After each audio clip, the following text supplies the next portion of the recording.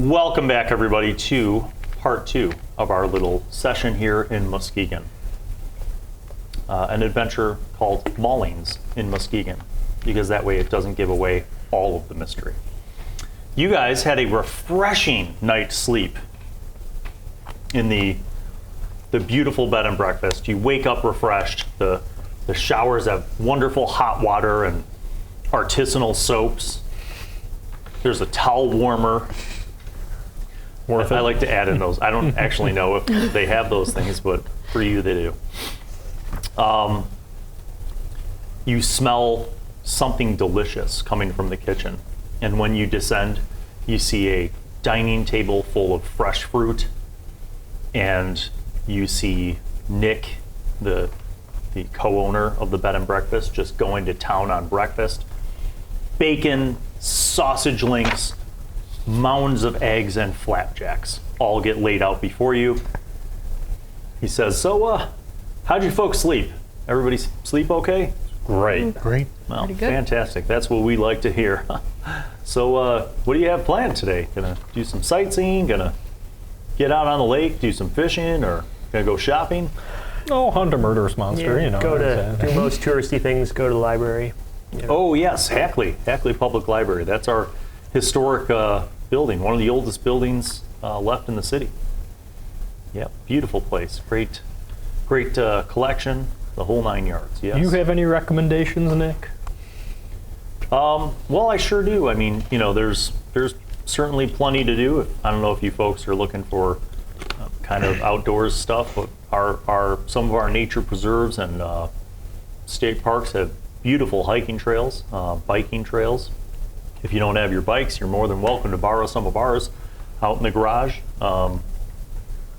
Yeah, absolutely. Would you say the trails are pretty safe? You notice that he pauses. He's like, well, I don't know if you folks heard any of our local news, but there have been a couple incidents in the last few months.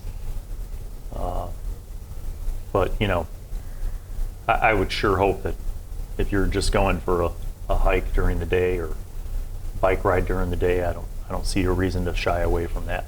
What's the news been covering? Well, just that those tourists had passed away. A couple bodies were found. Police still haven't really solved the crime based on what I've heard. And of course, you know, it's a small town, so a lot of folks have a lot of theories. What are some of the theories? Well, you know, maybe drifters coming through town, or, you know, depends on who you talk to, of course. There's some people that have a little bit more of a stronger theory, but I don't know that I'd put a lot of stock in their theories. But What's your angle on it, Nick?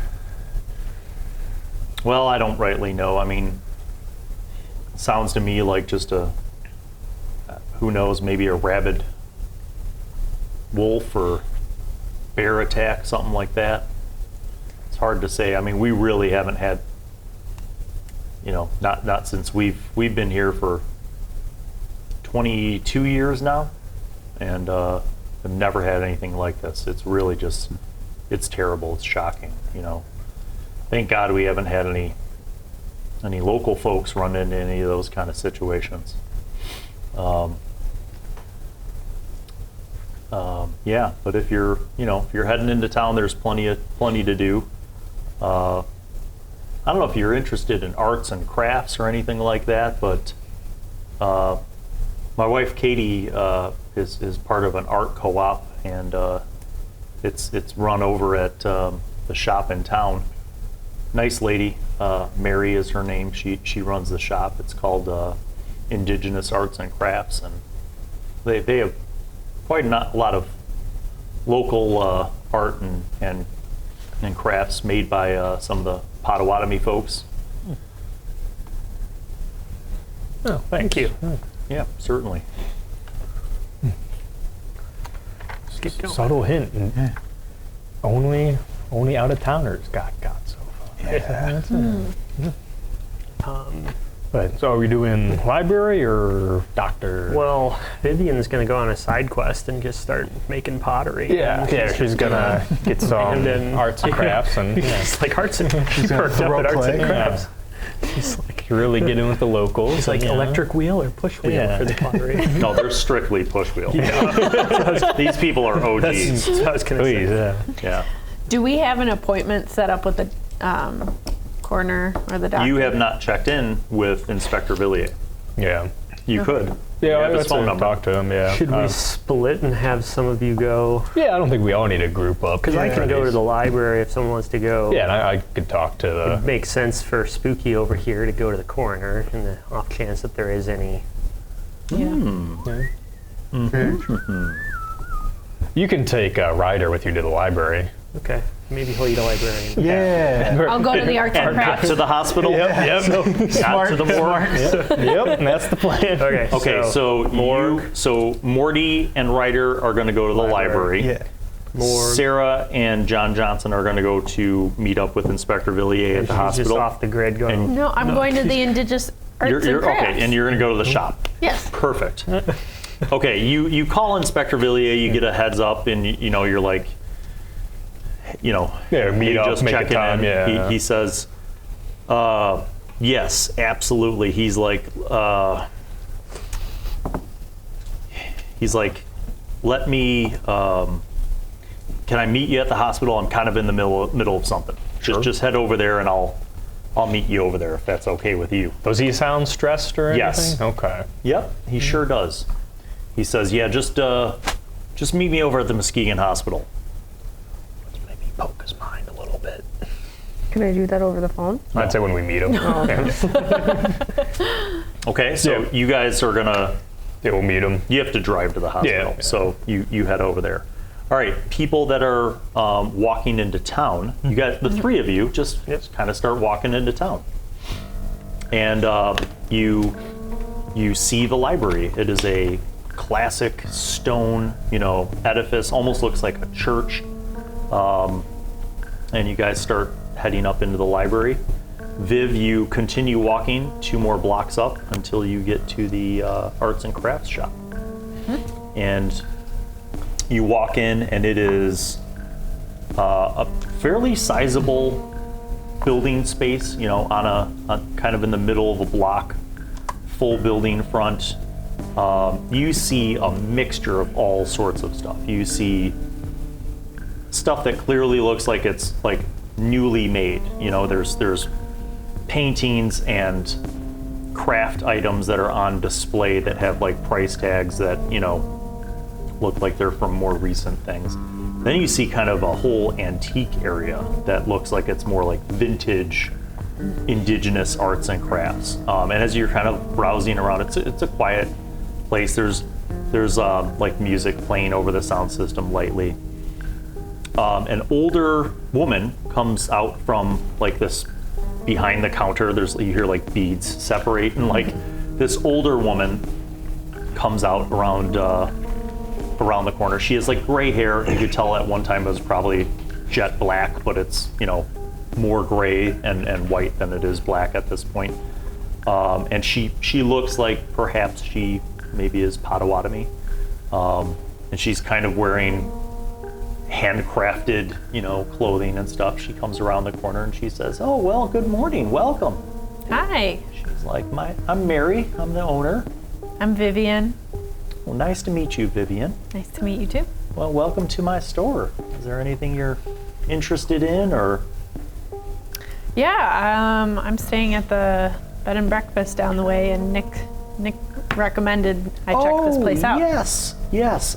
Katie is one of my most gifted students. She's a fantastic artist. I love having her in my classes, and she says, yes, well, as you could see, we have a number of local artists here that we exhibit for, and she starts giving you a tour. Mm-hmm. She goes through the whole store and kind of shows some of the handcrafted, there's carvings in there, and there's paintings, and there's like yarn work and tapestry kind of things, and handmade blankets, and just kind of the whole range.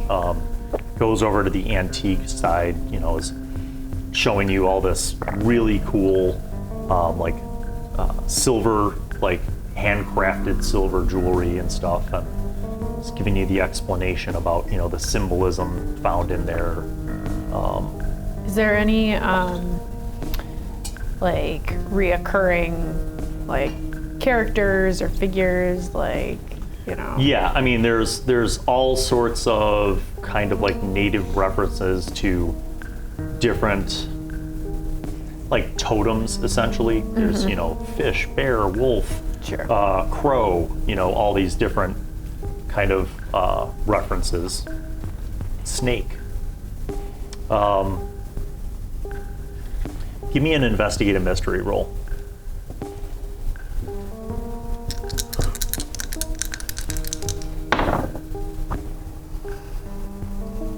6. Okay. You notice that some of the things don't have price tags on them. Like they're displayed, but they don't have price tags. So she kind of wraps up the tour, and she says, so can I interest you in anything else?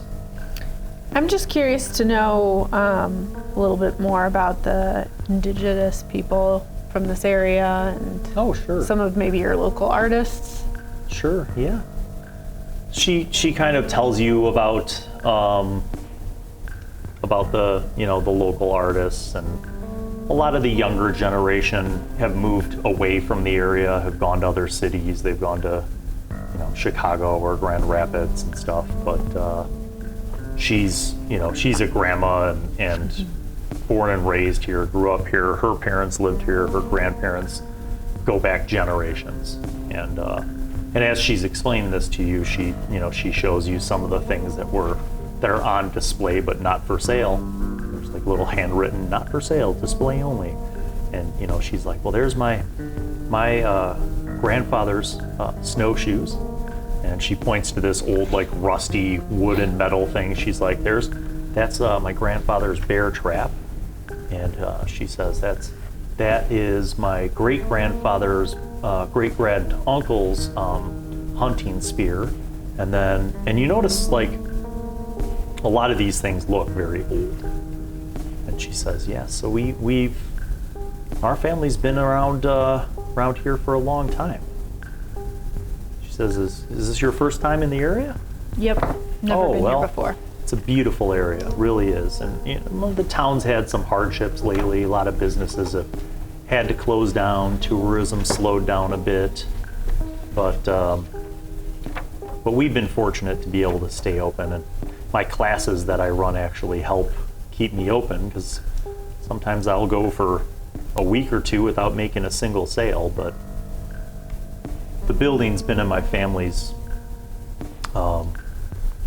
has been part of my family for years, so it's been paid off. I just have to pay the taxes on it and keep it up, old building problems. Where do a lot of your students get their inspiration from? Well, I think nature.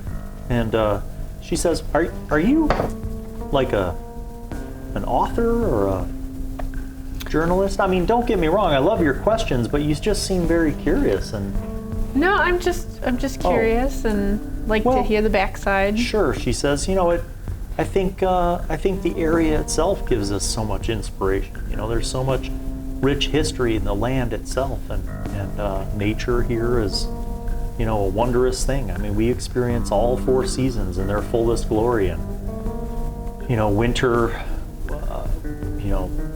the rebirth in spring, and the vibrancy of life in summer, and then now we're in fall and things kind of slow down a bit. Just, she says, sort of like life, and she's kind of points to herself and shrugs, and she says, but I think we all try to look at the cycle of life and nature and do our best. I feel like she's glossing over something, or she's beating around the bush a little bit. Smash cut, library boys. Yeah. You walk into this library. It is not You know when you go into a building and it just smells old? Yep. Like, that's this building. It's cool. It's got an extensive collection. And there's a few people in there. Some people just sitting at tables reading, books. Looks like a couple people who might be like students, like sitting at a table reading, not high school, but like, maybe college students. Some older people kind of gathering around in those like comfy chairs and couches that are in this library a little bit worn, but chatting, people in different spots reading the newspaper. They have like 5 computers and all of them look old, and there's a few people on the computers. You see like a reference area, and there's like 2 tables that have these old machines on them. And you realize that they are microfiche readers, and you're like, wow. And they have like another area that's like the AV office, and you look in there and there's a cart with a VHS deck and like a DVD player. Okay, so I would like to. Is there a local librarian there? There are many. Okay. I would say I would go up to one of them and ask if they have. No, I'm just kidding. That's a library. I would like to go up to them and ask if they have any records of previous unsolved murders or unsolved deaths, like newspaper, using the microfiche. You say this and you notice the librarian's like, oh my. She's like, I know we have an archive of newspapers. Do you have like a date range, perhaps? I mean, I guess in the last year, if this is, this is starting. She's like, I don't think there have been any murders in the last year. Well, like, not I've any been murders, working but here for unsolved 27 years. missing persons or unsolved, deaths or mysterious deaths or anything like that. She says, well, we have the digital archive on our computers of the local newspapers from 1985 to the present. She says anything before 85 would be on the microfiche archive. Yeah. Okay. And she says, I can show you how that works. And she takes you over there. She shows you like how to find the different things in the archive for the newspapers and what year it is and how to load the microfiche reader and how to use it. And then she politely walks away. So where would you guys like to start? Hey, Morty, what should I be looking for? Morty, I think you should use the computer to what? You're Morty. Yeah, I'm saying I think. Oh. Yeah. What? You should use the computer? You should use the computer to look for any mysterious deaths or for any Indian related, Native American or Native American Indian related happenings in the town. Okay. I will take him up on that recommendation. And Okay, you, so you're looking for 37 years of history on the computer. Yeah. What's your date range that you're looking at on the microfiche reader? well, 85 or before. Shoot, 19 what? I don't know. Because wasn't there was something to do in the 1900s? No. Well, the Bear Lake Tavern was founded in 1929, but the Muskegon's been around since the 1800s. And you're fairly certain that the microfiche reader does not go back to the 1800s. Yeah. Yeah. I don't know. I'm skimming through anything of note. Give me a range of decades. So he's doing he's got 35 80 years. Yeah, he's got 85 and on. Right. I mean, if I do the 30s through the 50s, like from 29, because if So both of you are going to make your investigative mystery roll, but you get the bonus you because get of a plus Morty's special and I guidance. get experience. Okay, roll it up. Am I doing investigative mystery? Yeah. Or, okay, so I get 11. 11? 11. Well. What happened here is the question you're asking. Yes. Okay.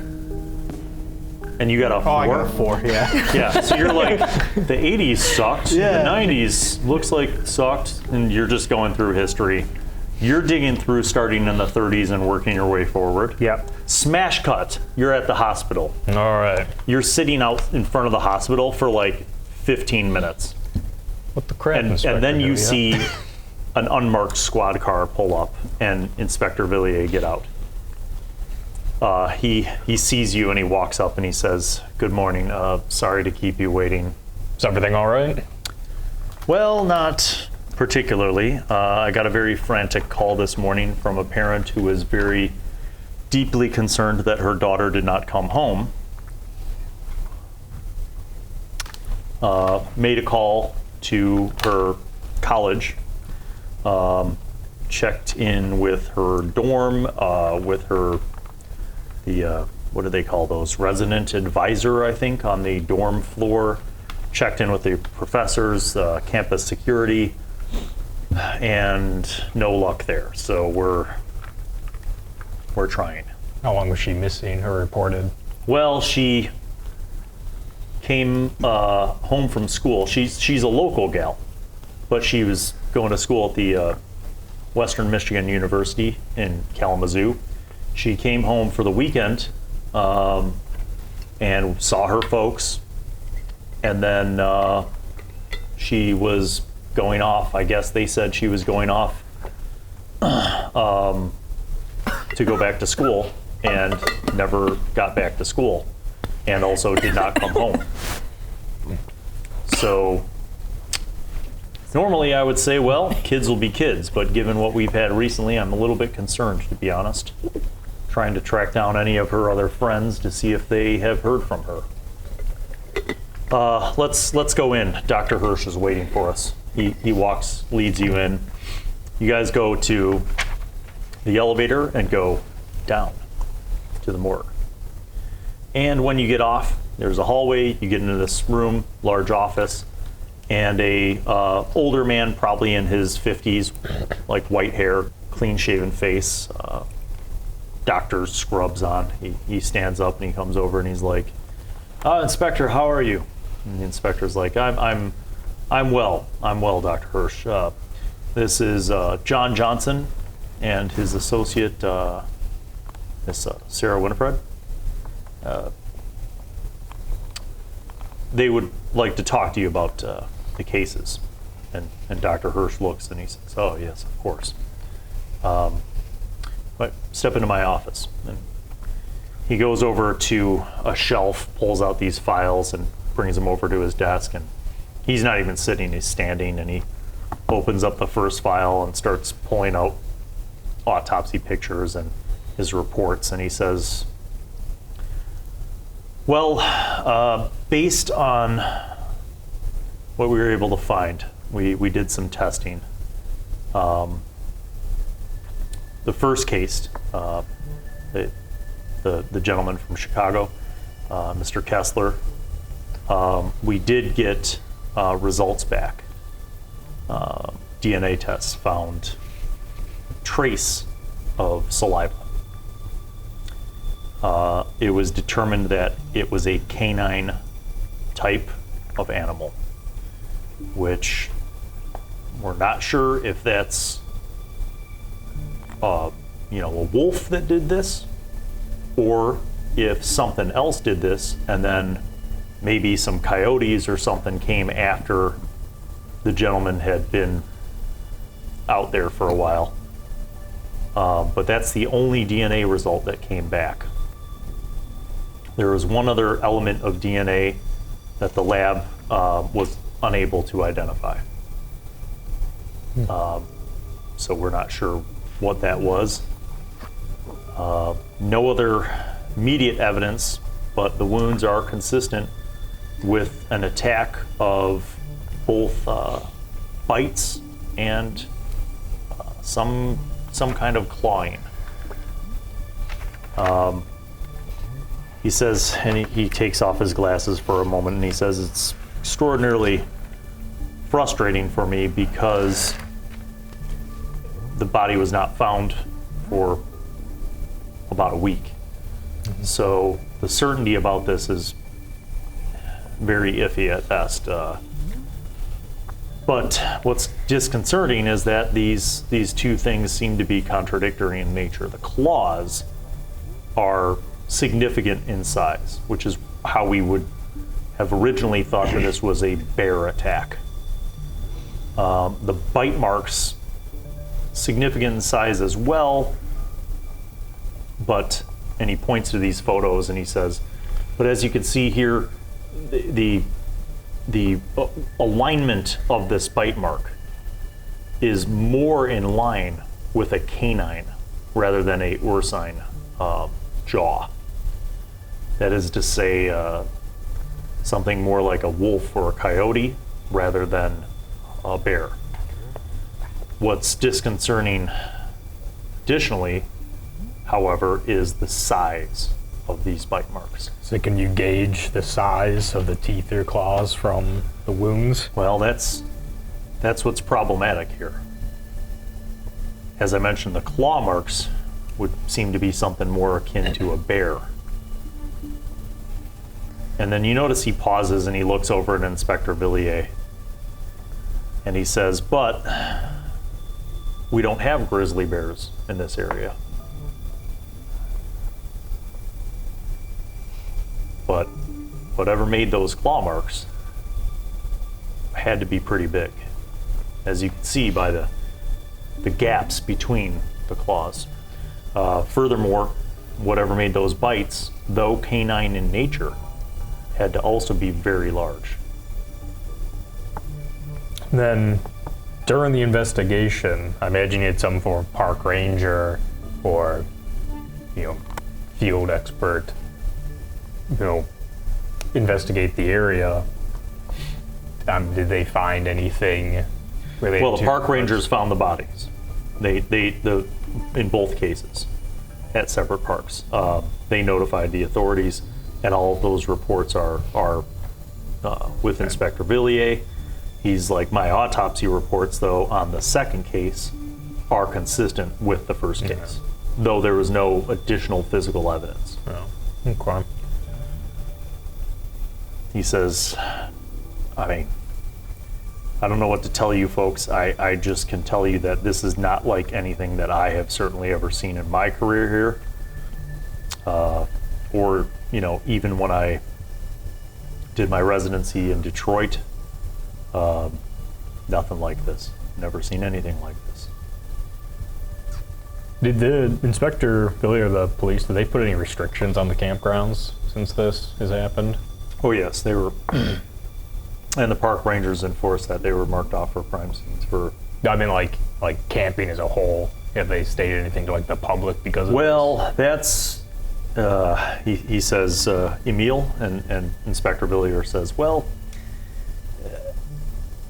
we were allowed to close off a certain portion of the parks and designate them as crime scenes for a period of 2 weeks following our investigations. But the Michigan Department of Natural Resources was not willing to outright ban this. They were cooperative with us, and they certainly have notified all the park rangers to be on alert for any suspicious animal activity, as well as any sort of animal tracks, anything like that. Okay. But so parks are still open to the public? Yes. Okay. Can you do any mind probing potentially and get some more subtle information? Before that, I was going to ask, do they have specific, do you know the specific day that like when the first one died? Like, can you rule out like what day it was, how long? Like how long ago specifically it was? Like I'm Time of death was difficult to determine for the first person. for the first one, okay. But, and this is Dr. Hirsch saying, he says, but based on the level of decomposition that we saw, we estimated roughly when the first victim passed.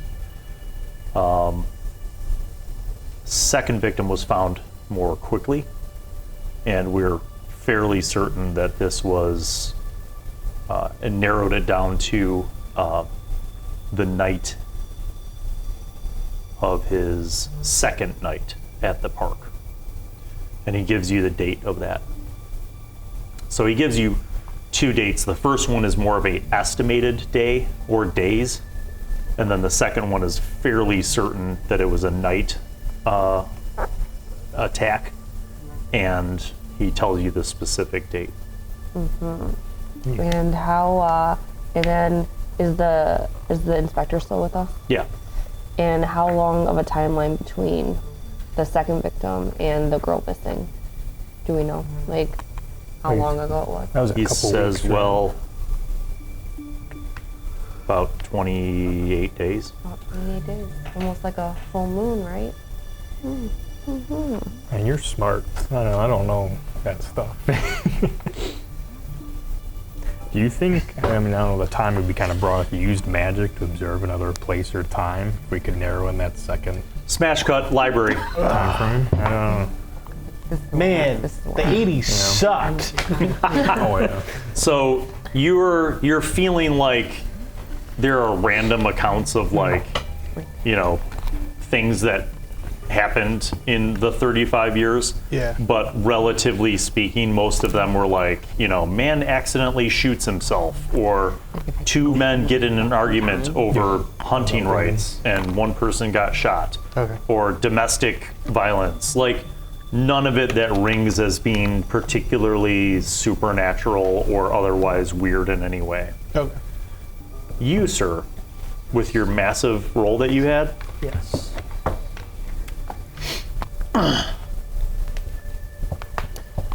you discover a series of articles from the local newspaper from the 50s. And you track that there was a string of 6 murders. And in all cases, the victims, sorry, not murders, 6 killings. In all cases, the victims were terribly mauled, partially devoured, gutted, and the police investigated these as animal attacks, initially as wolves. And then the final of the newspaper articles is that the police chief declared that they had found that the creature perpetrating these attacks was a grizzly bear that had inadvertently migrated from Canada. And then there's like a newspaper picture of like the police chief with a rifle, and there's like 4 other police chiefs and a couple park rangers, and there's like a dead grizzly bear at their feet. Did anything turn up pertaining to Native American or Potawatomi Indians of note? Nope. Okay. Nothing in there. Okay. Well, Smash cut, back to the arts and crafts shop. Vivian has spent $20,000 Mary's like, on Potter wheels. go on with your questions. Go ahead. She's like, but would you like some tea? I mean, if we're gonna sit and chat, No, thank you. would you mind if I fixed a cup? Oh, go ahead. She goes over and fixes a cup, and she says, come on, let's sit over here. She's like, these are handcrafted wood, and she like shows you these wood barca loungers that are made by a local craftsman, and she's like, these are made here in Muskegon by a local man, Pierre Fontaine. He carves his own stuff. He does totems. He does wooden furniture. Can I investigate a mystery and ask what is being concealed here? Because I still feel like she's just kind of... Yes. So my last roll, I moved up in experience. So my sharp is now +0 as opposed to or Ooh. -1. Investigate away. Snake eyes. 4. Almost. More experience. So I'll tell you this. You don't get a sense that she's withholding anything. It's just that you haven't been very forthright in asking questions that were specific enough for her to share anything that she might know with you. That's a way of saying you suck at your job. Reporter. Gotta sauce her up. I mean, what have you talked to her about so far? Local Potawatomi culture and arts and crafts. So what are you looking for? She's a local person who's grown up here and descendant from people who grew up here. So what do you want to know? Tell me about wolves in the area. She's like, Has there ever been a wolf? Cat fur. Has there ever been like wolf or bear problems in recent times or in the past? Is that something that your family She would hunt? says, "Oh, you're talking about those tourists that got attacked and killed." I'm aware of. Yeah, I'm aware of those. She's like, "It's terrible." She's like, "It's not something that happens around here. I hope it doesn't scare you folks away." I don't know. She's like, "I remember when I was little. I mean, very little. There was a grizzly bear that went on a rampage, killed like 6 people back in the 50s. I was just a little kid, but I remember it. Folks talked about it for 20 years. But no wolves? Has that ever been a thing in this area? She says, "Well, I mean, not that I've ever gone on a killing spree, no. There aren't too many around anymore. Most of them got killed off." Do you hunt? She's like, I know how to hunt, but I'm too old for that now.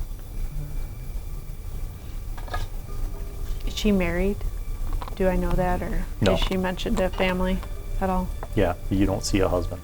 No ring on that finger. She's still wearing a ring. My husband died. He was a werewolf. No, just kidding. She says, she's like, "I think I know what you're trying to get at." Oh, She's like, "You've been talking to folks in town. Some folks, older folks." little. She's like, "Well, there are tales from my people of creatures that could change their skin. And, Go on.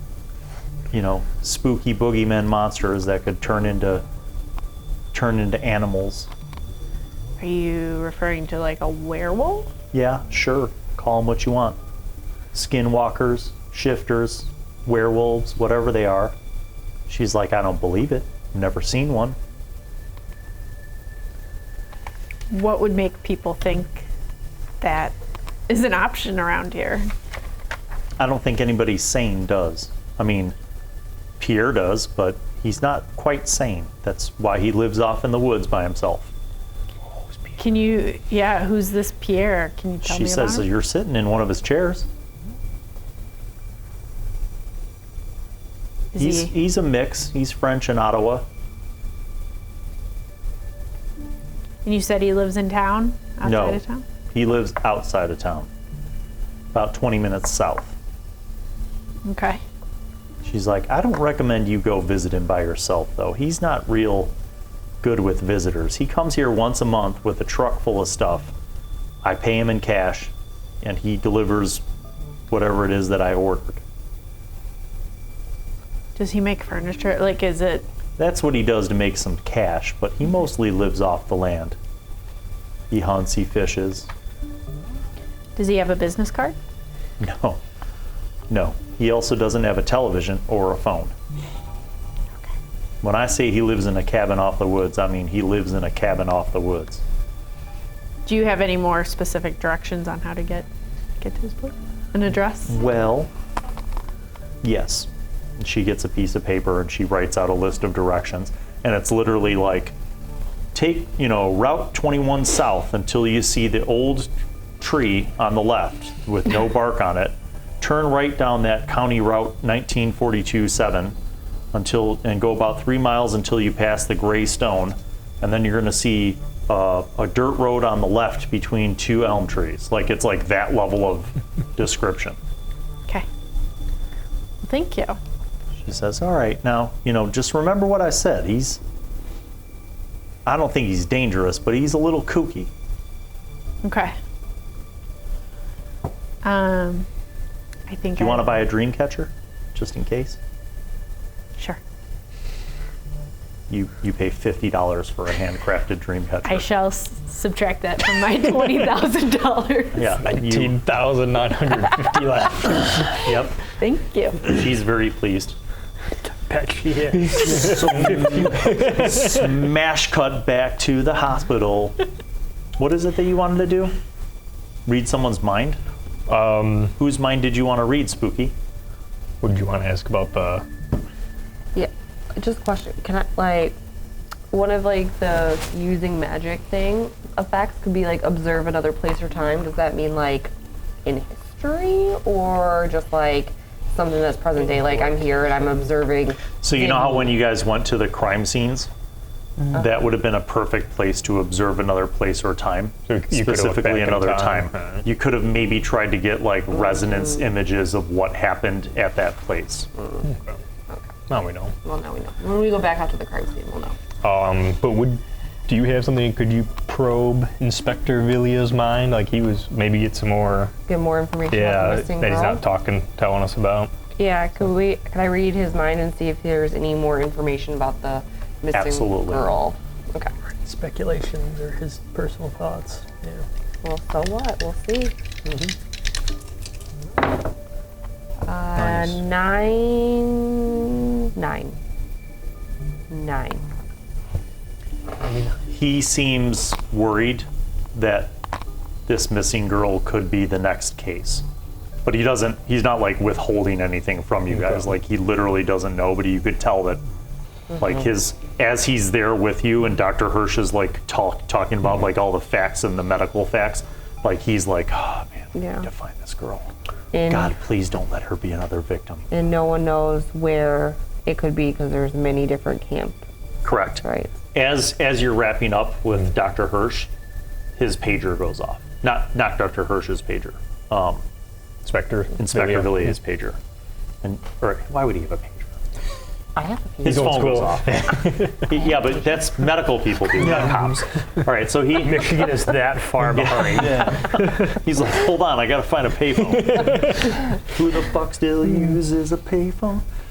So he checks his phone and he goes, we need to go. Thank you again, Dr. Hirsch. And he says, anytime, Inspector. Nice to meet you folks. He doesn't even wait for you guys to follow. Yeah. He starts going outside. Okay, As you guys get out of the hospital, he said, one of my officers has found one of the girl's friends.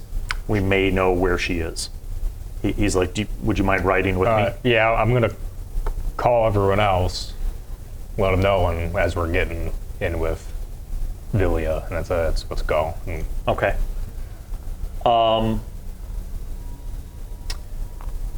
You guys, you finish up, right? Yeah. And you get this call from John Johnson that hey, there's a lead on this missing girl case. Mm-hmm. And you're like, what missing girl case? And you're like, sorry, I forgot to mention this. And then all of you know that there's a missing girl. You guys are at the library. Mm-hmm. Did you want to do anything with the information you found? You found all these articles. We can convey it to the rest of the group, kind of corroborate. They have a printer. Okay. You can print screen from the microfiche thing. Ooh. And Yeah. it looks terrible because it's low resolution. Yep. But you're like, and the librarian's like, that'll be 60 cents. And you're like, here's $100. So you print off the articles Subtract it. Subtract your 60 cents. in black and white. No, you don't have to. And you guys go downstairs, and basically the inspector like gets the passenger van, and you guys all go in the passenger van. You drive into like the more residential area of town to this house, and you see a squad car already outside of the house. Inspector Villiers, as he's pulling up, says, "Folks, let's remember that this is an ongoing investigation. Let's not assume the worst. And this girl that we're going to see is a friend of the missing girl, so let's not get anyone in a panic, please." You guys get out of the passenger van, you go into the house, and it's a nice, humble little house. You see an officer, he nods to the inspector, and he kind of leans in and he says, girl's name is Shannon. She says she might know where Alyssa, the missing girl, went.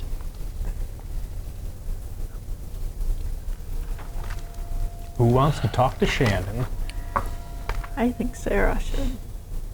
Wait, is Shannon the missing girl? Alyssa's Or the the missing friend. girl. So, Shannon's the friend. Friend. The inspector informs you the missing girl is a local girl named Alyssa Honaduthis, and she was a student at Western Michigan University in Kalamazoo, who came home for the weekend and met up with friends and was supposed to go back to school, but did not make it back to school and did not come home.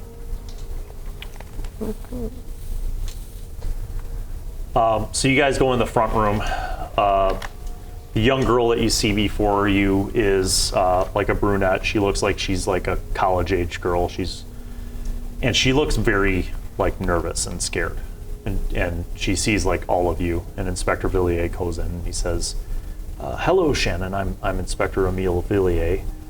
These are my associates, and we're grateful that you're able to possibly help us out.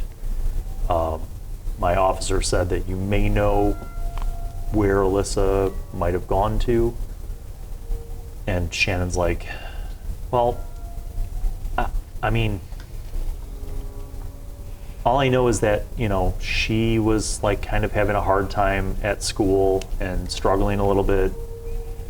And I mean, like before we graduated from high school, we always used to go on these hikes, and I don't know, it was always like a great way to just kind of get out and clear your mind and, you know, get away from it all. Maybe, I just thought that maybe she went for a hike or something."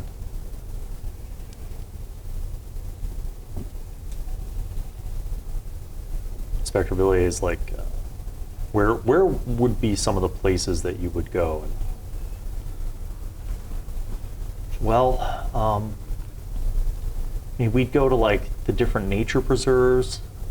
We used to go to this spot in Anderson Woods where there's like a hill and these nice trees, and there were like rocks and stuff that we would just sit up on for a while and just kind of hang out.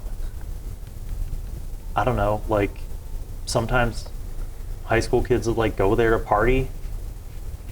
We just called it the Hill.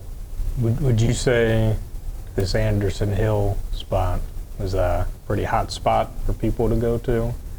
Be easy to get to? Well, no, not really. You kind of have to know where it is. It's like off the trail. You have to go, you like go through the trail, and then you kind of have to go over this little creek, and you have to go through a little more up the woods, and then like kind of up this hill, and then sort of at the top of the hill, it's like a little bit of a clearing, and then some big rocks, like almost like boulders. And like sometimes when we were in high school, we'd like sneak beers and like go hang out up there. It was just kind of a cool, chill place to go. Would you be able to mark this area on a map? I mean, yeah, I guess so. I could go there.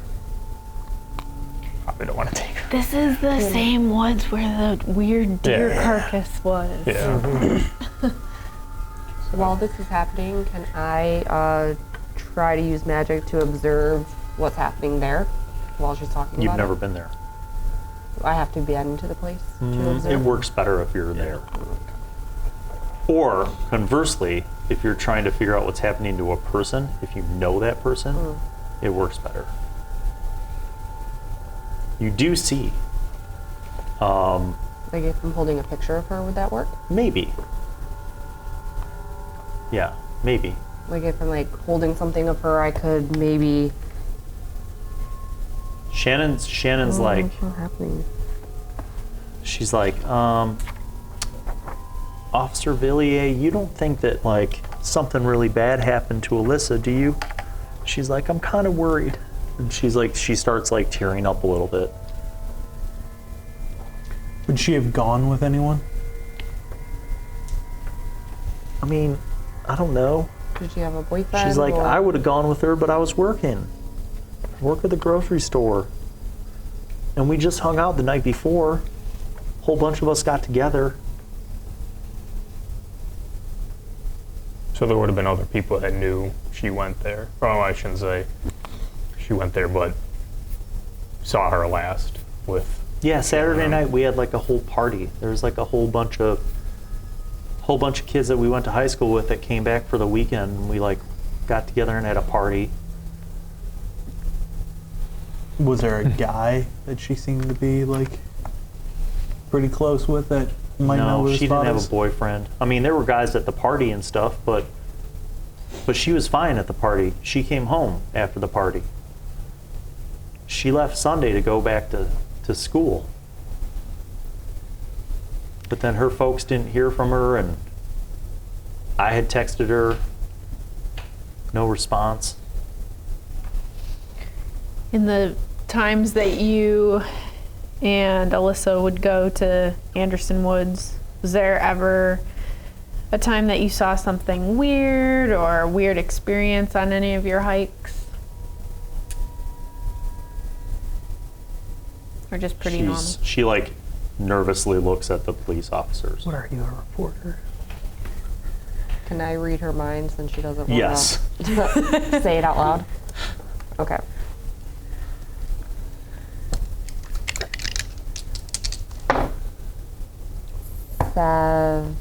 Seven. That's good enough. Yeah, they would do more than just drink beers there sometimes. That's what she interprets weird. Oh. Darn Because kids. one time we did mushrooms. Like, that's what she's thinking in her head. She's like, oh my God, I'm getting so busted. Oh. They're going to know that we got high. But never anything like No. Okay. You think there's anything else we could get from this, or should we go check need to out go that there. area? I think we need to go to Anderson Yeah. Woods. So Inspector Villiers is like, Ms. Tooley, could you just draw out a map, perhaps, of what you've described for us? And she's like, sure. And she gets up and she, a few moments later, comes back with like a piece of notebook paper that shows like a crude map of like parking lot, trail that goes this way, the, you know, this tree, and then blah, blah, blah. Like, so Inspector Villiers looks to the officer and he says, would you do me a favor and call ahead and let them know the Rangers that that we're on our way. And also forward me Miss Hunaduthis's description of her vehicle and license plate number. The officer's like, yes, sir. He leaves. Villiers walks out of the house. He says, thank you, Shannon. We appreciate your help. We'll keep you posted. He's like, folks, shall we? Yeah. Really? So, yeah, let's go check it out. So you guys get into the passenger van. He starts it up and starts driving in the direction of the nature preserve. And along the way, you see he gets a text message. It's got like the information on the car. And 20 minutes later, you get to this location, and the park ranger's at the gate, waves you through. you you guys drive. You follow the crude map, and it goes kind of towards like the very back of the parking area. And that's when you spy a car. And you see Inspector Villiers pull up next to it. And he looks at the license plates, and he says, "That's Alyssa's car." He gets out, gets his phone out, and he calls, and he says, "Send some squads over. We found Miss Hunadus's vehicle." Yep, Anderson. Yep. Kind of sounds like the park rangers suck at their jobs. There's only so many. Well, okay, so are we like, we followed the map, and now are we like as far as we can go? Or we're kind of at the trail? Yeah, head? you're at the point where you have to go on foot. Okay. So he says, if you want to go ahead, feel free. I'm gonna call me if you find anything. Obviously, do not touch anything if you do come across a crime scene. I am going to wait here for the officers so we can see if we can get any physical evidence around the car. It doesn't look smashed into or like broken into, but you see him going over to the back of the passenger van and pulling out like an evidence kit. So you guys can proceed along the trail. Go ahead. Well, so while we're even on the drive over, doesn't matter. I wanted to talk to Morty about what he found at the library, because since he's probably the smartest of us here, being the expert and all, I wanted to. Oh, in the game. Okay. Wow. Gotcha. I want to inquire if we could check a lunar cycle between the most recent killings and the killings that he checked in the 50s. If we could coincide the moon cycle. Yes, that is where I was No roll necessary. going with that. You flip out your laptop, you look at your photocopies, and you look at the dates. Right. You hop on the internet, and you're like, man, these dates in the 50s definitely line up to full moons. And then these dates from the last two things that just happened line up to the full moon. When's the next full moon? The last one was like 3 weeks ago for the last murder, a little over 3 weeks ago. But the next full moon is 3 days. In 3 days. bum bum. All right, just wanted to, get that shared. Yeah, I guess let's check out this hill. What time of day is it right now? It's probably still early, right? Oh yeah, it's early, like Okay. 11 a.m. All right. Can I, because we're at the trailhead right now, right? Yep. Can I investigate a mystery, and in regards to the car, like what happened here? So did Alyssa just like park and like started casually walking? Was she with somebody? Yes. So you look in the windows and you see her bags, like her overnight bag and like looks like maybe a gym bag. Like it looks like basically her weekend bag. All that stuff still in the car. Is car locked? They lock cars at this? Yes. Okay.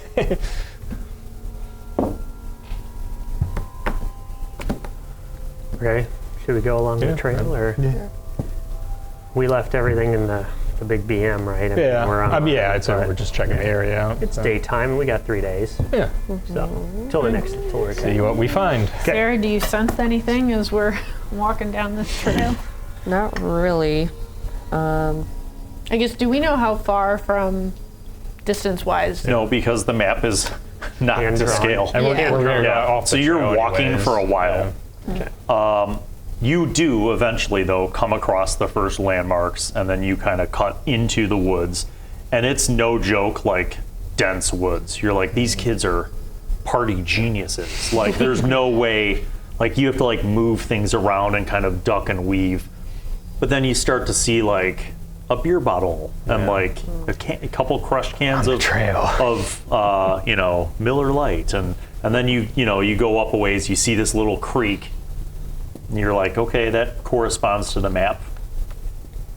Kind of jump over the creek, start continuing along, and then you see this hill, this rise up a hill. And so it's spread out and take a look.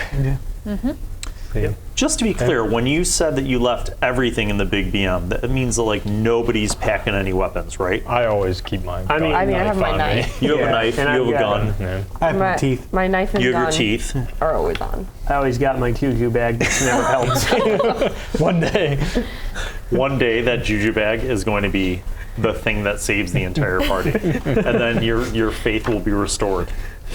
All right. I don't have my You don't have the big heavy chain of demon chain slain. thing. Yeah. Okay. So you guys get up to the top of this hill and it's a scrubby patch and there are 2 boulders, like which are just big rocks and then a bunch of other rocks. There's like a tree stump that looks like it was cut down a long time ago.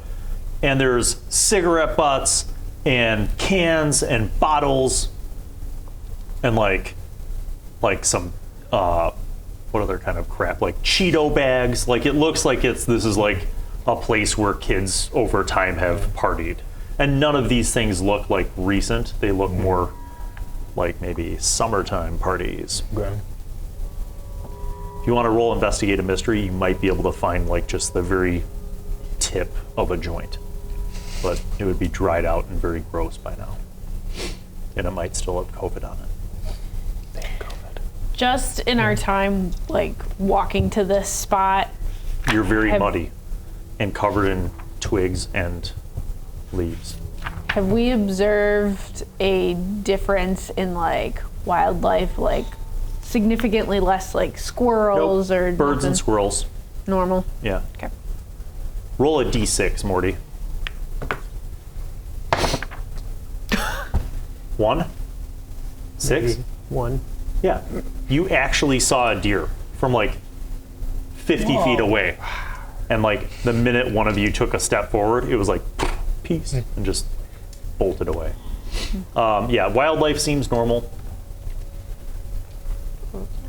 How, like, on the hill, how big is the clearing? Like, because you said it's Like pretty about dense around. Yeah, I would say like probably about a 10-foot radius, right? Like Okay, enough so it's where not, you like, could have. huge. No, you could probably have like maybe a dozen kids up there, Okay. tightly packed.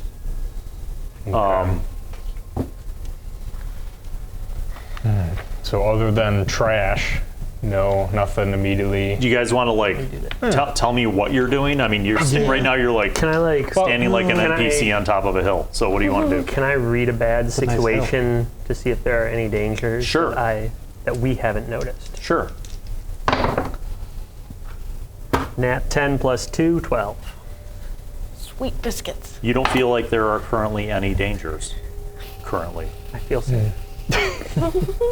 I want to investigate the area, but also checking like the immediate tree line and up in the trees.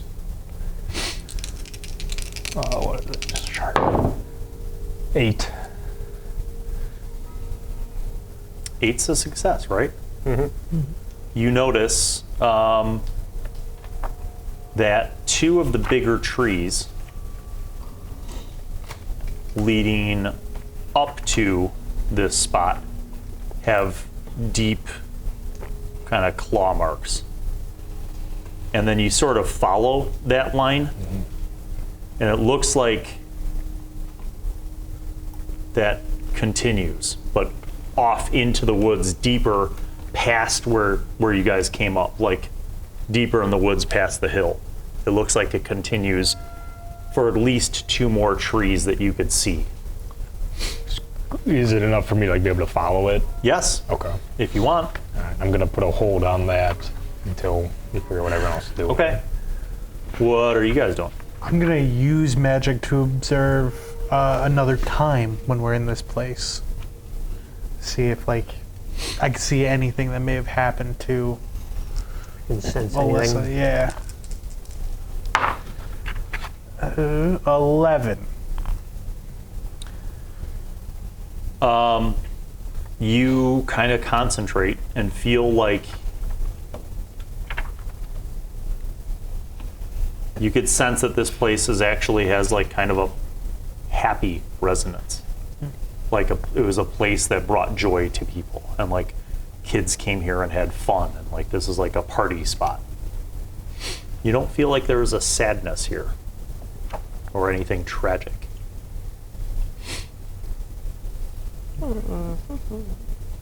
Anyone else pointing anything out or otherwise doing anything? I think I'm just like walking around looking to see if there's anything like on the ground. Did you or- share your... If everyone else done, yeah, I'm gonna point out the claw marks. And So you don't see anything on the ground that really you find disturbing. Like you don't see any recent footprints like people came up here recently. John shows you these claw marks in the trees. They seem to lead further into the denser part of the woods. I think we need to follow it. yeah, and I don't want to follow them. Yeah.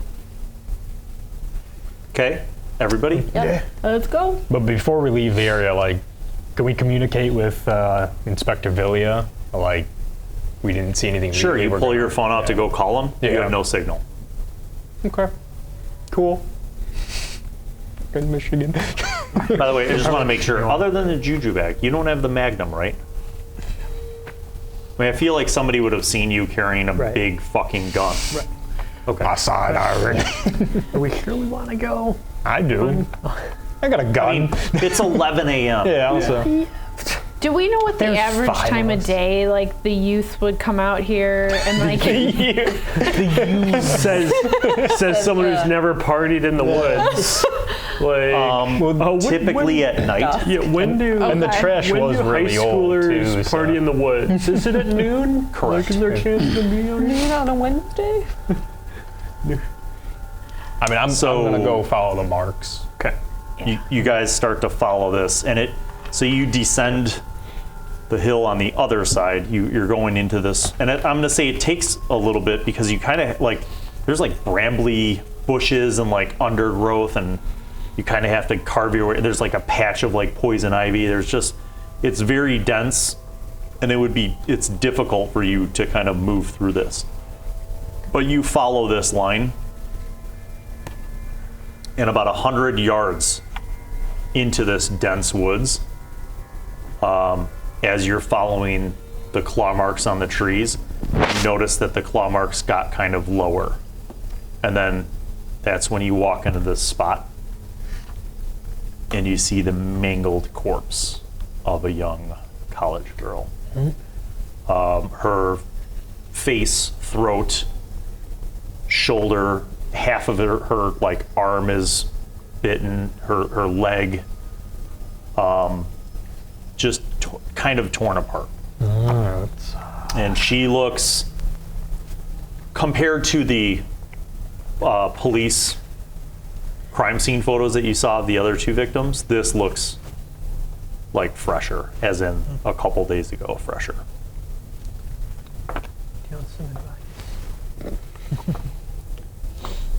I think this Your is your cell time phones to shine. still have no signal. Could I do an investigative mystery Yes. of what happened here? Just kind of get You piece sure it together. can. All right. That is an 11.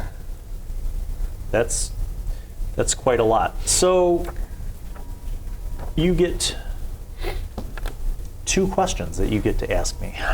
I would like, well, And if they don't exist on that list, feel free to deviate from the list, because rules are meant to be molded. I want to ask what happened here in the sense, could I piece together how this event played out? Okay. So that question, you are fairly certain that whatever this thing is, it grabbed her from somewhere. Like, she wasn't hiking through this, because it took you guys like 20 minutes to get 100 yards into the woods because it was so overgrown. So whatever did this to her grabbed her from way back on that trail and tree hopped to this spot and then tore her up. That's number 1. Number 2, you see something in her hands, like under her fingernails. I was just going to ask, is anything being concealed here? Yep. you see fur, like Big clump. like or a clump, not a big clump, but like enough where you're like, that's not hair, that's dense. Clawed at. Like, the finger. yeah, like she tried to.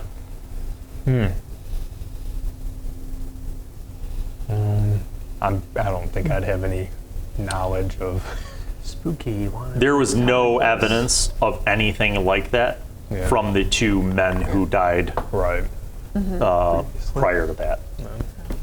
I don't think I like shared with everybody at this point about my knowledge of Pierre and how he's like this local that believes in werewolves. Well, since you don't have cell phone signal, you might as well share that. Yeah, Awkward so drive over.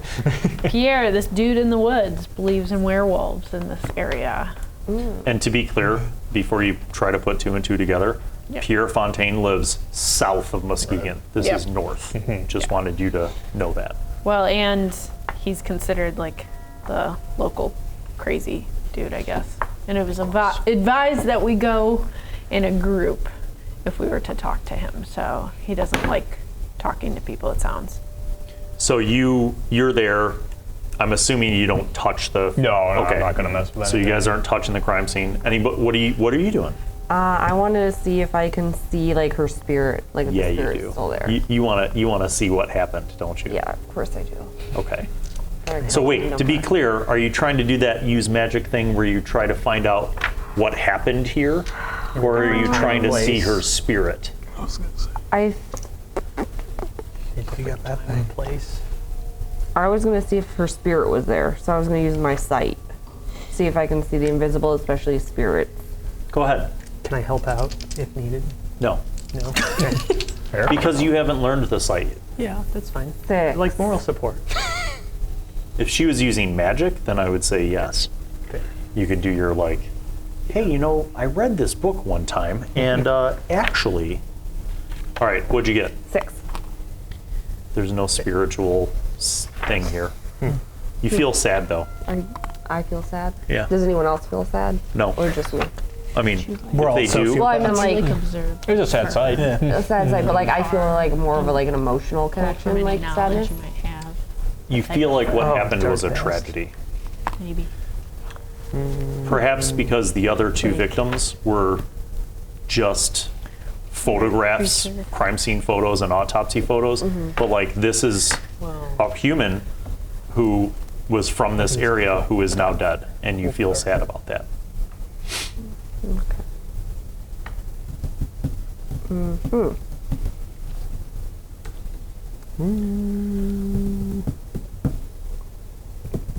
Well, I think we need to get back and at least tell somebody about this body. Well, yeah, okay. So No one else wants to do anything. Who's staying, who's going back?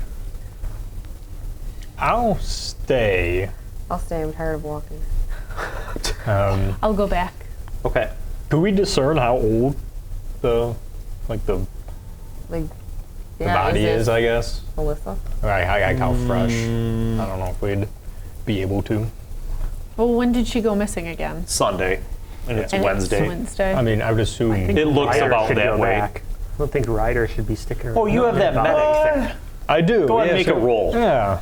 You can. I'll let you try to play autopsy Yeah, just by sight. Yeah, without messing everything What if you up. rolled Can I a help 12? out on this He'll be one? like, it's Yeah. exactly Can I help out on 53 this hours. Give him a help out. Well, with a 1, Damn I it, don't think you're Adams. helping much out. Snake eyes. Well, I was an 8, so. Yeah, you're like, it looks like a few days, but Okay. Yeah, level So you're walking back through. I just want to make Yeah. sure I understand this. You're walking back I through the think woods. myself and Ryder should Oh, go, because okay. Ryder shouldn't be left alone with her. Yeah, I'm Right. staying with the body. Ruining my fun. So you guys make the yeah. walk back. Yeah. You get all the way back. When you get back, there's 2 squad cars, more officers, another. There's like a 1 person helping Villiers do the physical exam, and he sees you, and Villiers comes over and he says, "Did you find anything up by the hill?" I think we found a body, found Melissa's Oh body. no. Oh dear God. And it's not in very good shape either. He's like, Jeff, Frank, come on. And they start kind of like moving. They follow you guys back. This takes time. Like 3 hours go by, right? Like it doesn't take 3 hours to get to the body, but like the whole procedure, you know, more cops come. They're on walkie-talkies, so they're like, you know, doing that whole thing. They do all the pictures. What are you guys doing during this time? Do you want to stick around or do you want to leave? I think we should leave.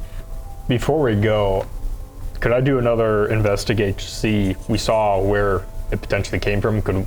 Is there an exit point of like no more marks? You want to keep following it? Does it keep going? Yeah. Yeah, I do. And What time is it? afternoon. Or I early mean, noon. let's say it's noon by the time you got all the cops back to the crime scene, and Okay. Villiers Now at we this can point is split. like, you We can guys split. Yeah. Okay. are going to have to kind of stand by. He's like, we have to do all the crime scene stuff. He's like, why don't we rendezvous this afternoon? Yeah. We're gonna Let's go. Once we're done with all the crime scene stuff, we're going to. Do you point anything out to him, crime scene wise? Yeah, well, I want to point out the fur Okay. on her nails. He takes note of that, and they evidence it, and he says, once we get all the crime scene stuff done here, we'll bring her back and to Dr. Hirsch, the autopsy stuff. Why don't we meet back at the hospital, maybe 4 o'clock? Okay. So you guys trail. want to go follow Follow the trail. the trail? Well, my thought is, if we're going off like full moon, we're going on that bank. We've got a few days before another potential. Yeah, but this just happened, so full moon's out of the But I'm question. thinking, so if we kind of follow this up, then do we check with Cabin Dude and pick his brain? Like, Yeah, and then we can eat his brain if needed. Yeah, pick his brain. because I mean, right now we have no Yeah. rhyme or reason when the next attack's And going to where- happen. Where it lives. But Yeah. if we follow it, we can see. Right. So I just want to Okay. follow it. I want to Yeah. know, based off of my knowledge of attacks, would I know if this was like feral or like almost like a plotted out attack, like somebody was hunting? It looks like an animal that tore this girl apart. Okay. Which, in a Sometimes I manner of make it look speaking, like- you could think of it as hunting. Okay. You find it peculiar that it's moving through the trees. Okay. Werewolf at all. It's a werewolf. So what are we doing? Following the tree trail? Yeah. Yeah. You continue to go further into the dense forest, and you keep following these tracks, and eventually, and I'm talking like an hour later, the tracks, proceed lower, and it looks like they've come out kind of into a field, and you see big feet, but they don't look like human feet. They look like kind of like paws, but big paws. Prints or Yeah, Okay. like in the mud.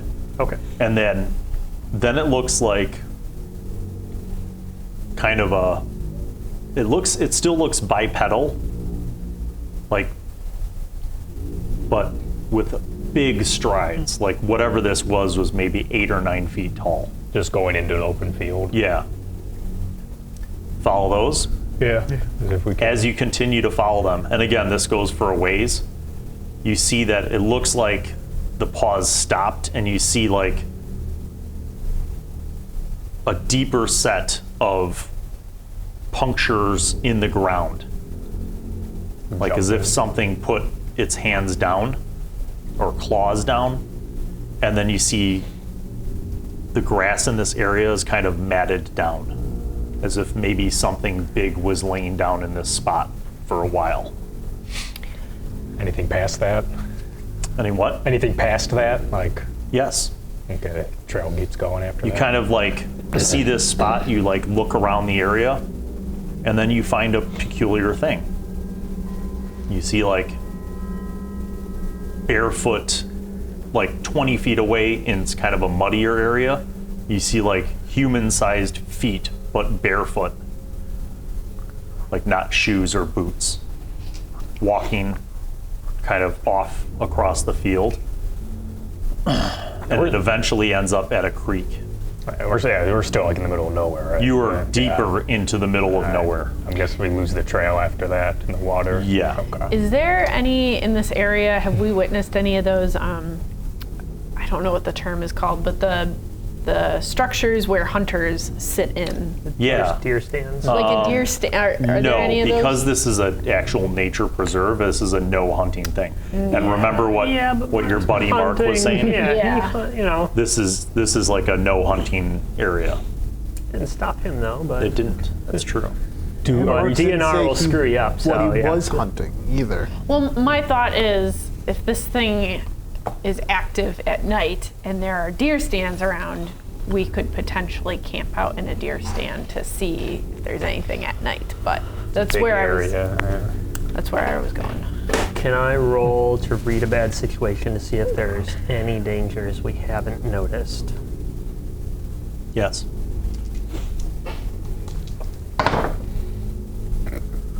Six. You don't feel like there's any dangers that you haven't noticed. You've noticed quite a bit, actually, I'll say. Yeah.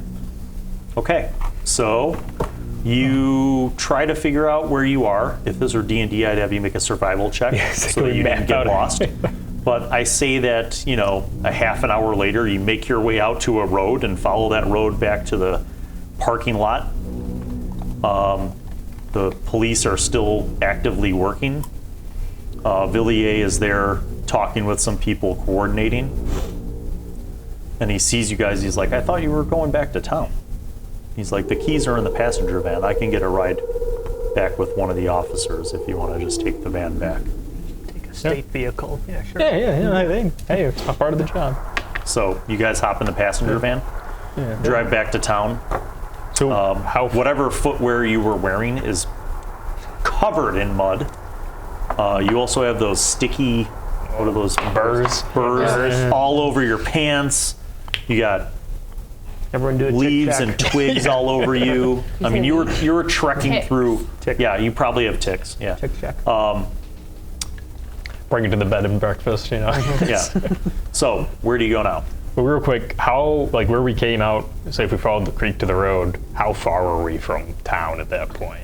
Like 15 miles. Okay. Yeah. Like if someone's walking that then. Yep. All right. Okay. Well, what do we want to do? What time is it? I will say this: you haven't eaten since breakfast. I'm just throwing that out. I like to have some reality mixed Well, you into know my what? role-playing games. You're all really hungry. We get lunch. We got to meet with the inspector at 4 What time to is it? follow up. It's like 1 in the afternoon by the time you guys make it back to town. What if we went back to the Bear Lake Tavern to see if potentially this Mark dude is there again, Yeah. and we ask Him on. ask him some more questions. Well, what would we ask him though? Well, I mean, he's told us that he's been in that area before. Oh, yeah, no, you're right. Or You're did right. you ever read his mind or no? No. Okay. I see, never read his mind because He was because the outside. reporter He was scared her outside. off. Scared him off. he was telling her Right. everything she needed. Okay, let's but do see, that because we then. never figured out the whole blood thing. Right. We just assumed that it was Well, hunting. what happens when you assume? You never know. So where are you guys going? We're Bear Lake? Bear Lake. We're going to Bear Lake All right, Tavern. you go BLT. back to the BLT. That's right. Yeah. It's just after the main lunch rush, so it's not super crowded. There's like maybe 8 cars. You go in, and I don't know, there's maybe 20 people total. Like, few people like at each table. Some people having lunch out on the deck, some people in the dining room. Nobody's at the bar. And you also notice there's no bartender. Lila sees you and she's like, oh, hey, welcome back, folks. I'll be right with you. We're a little short-staffed. Just hang tight and I'll get you a table in just a moment. She runs over, gets some food from the window, drops it off at a table, comes back over, grabs some menus. She's like, right this way, folks. Takes you to a table, hands out the menus. Soup special today, corn chowder. Give me some chowder. What can I get you to drink? Get you started. water.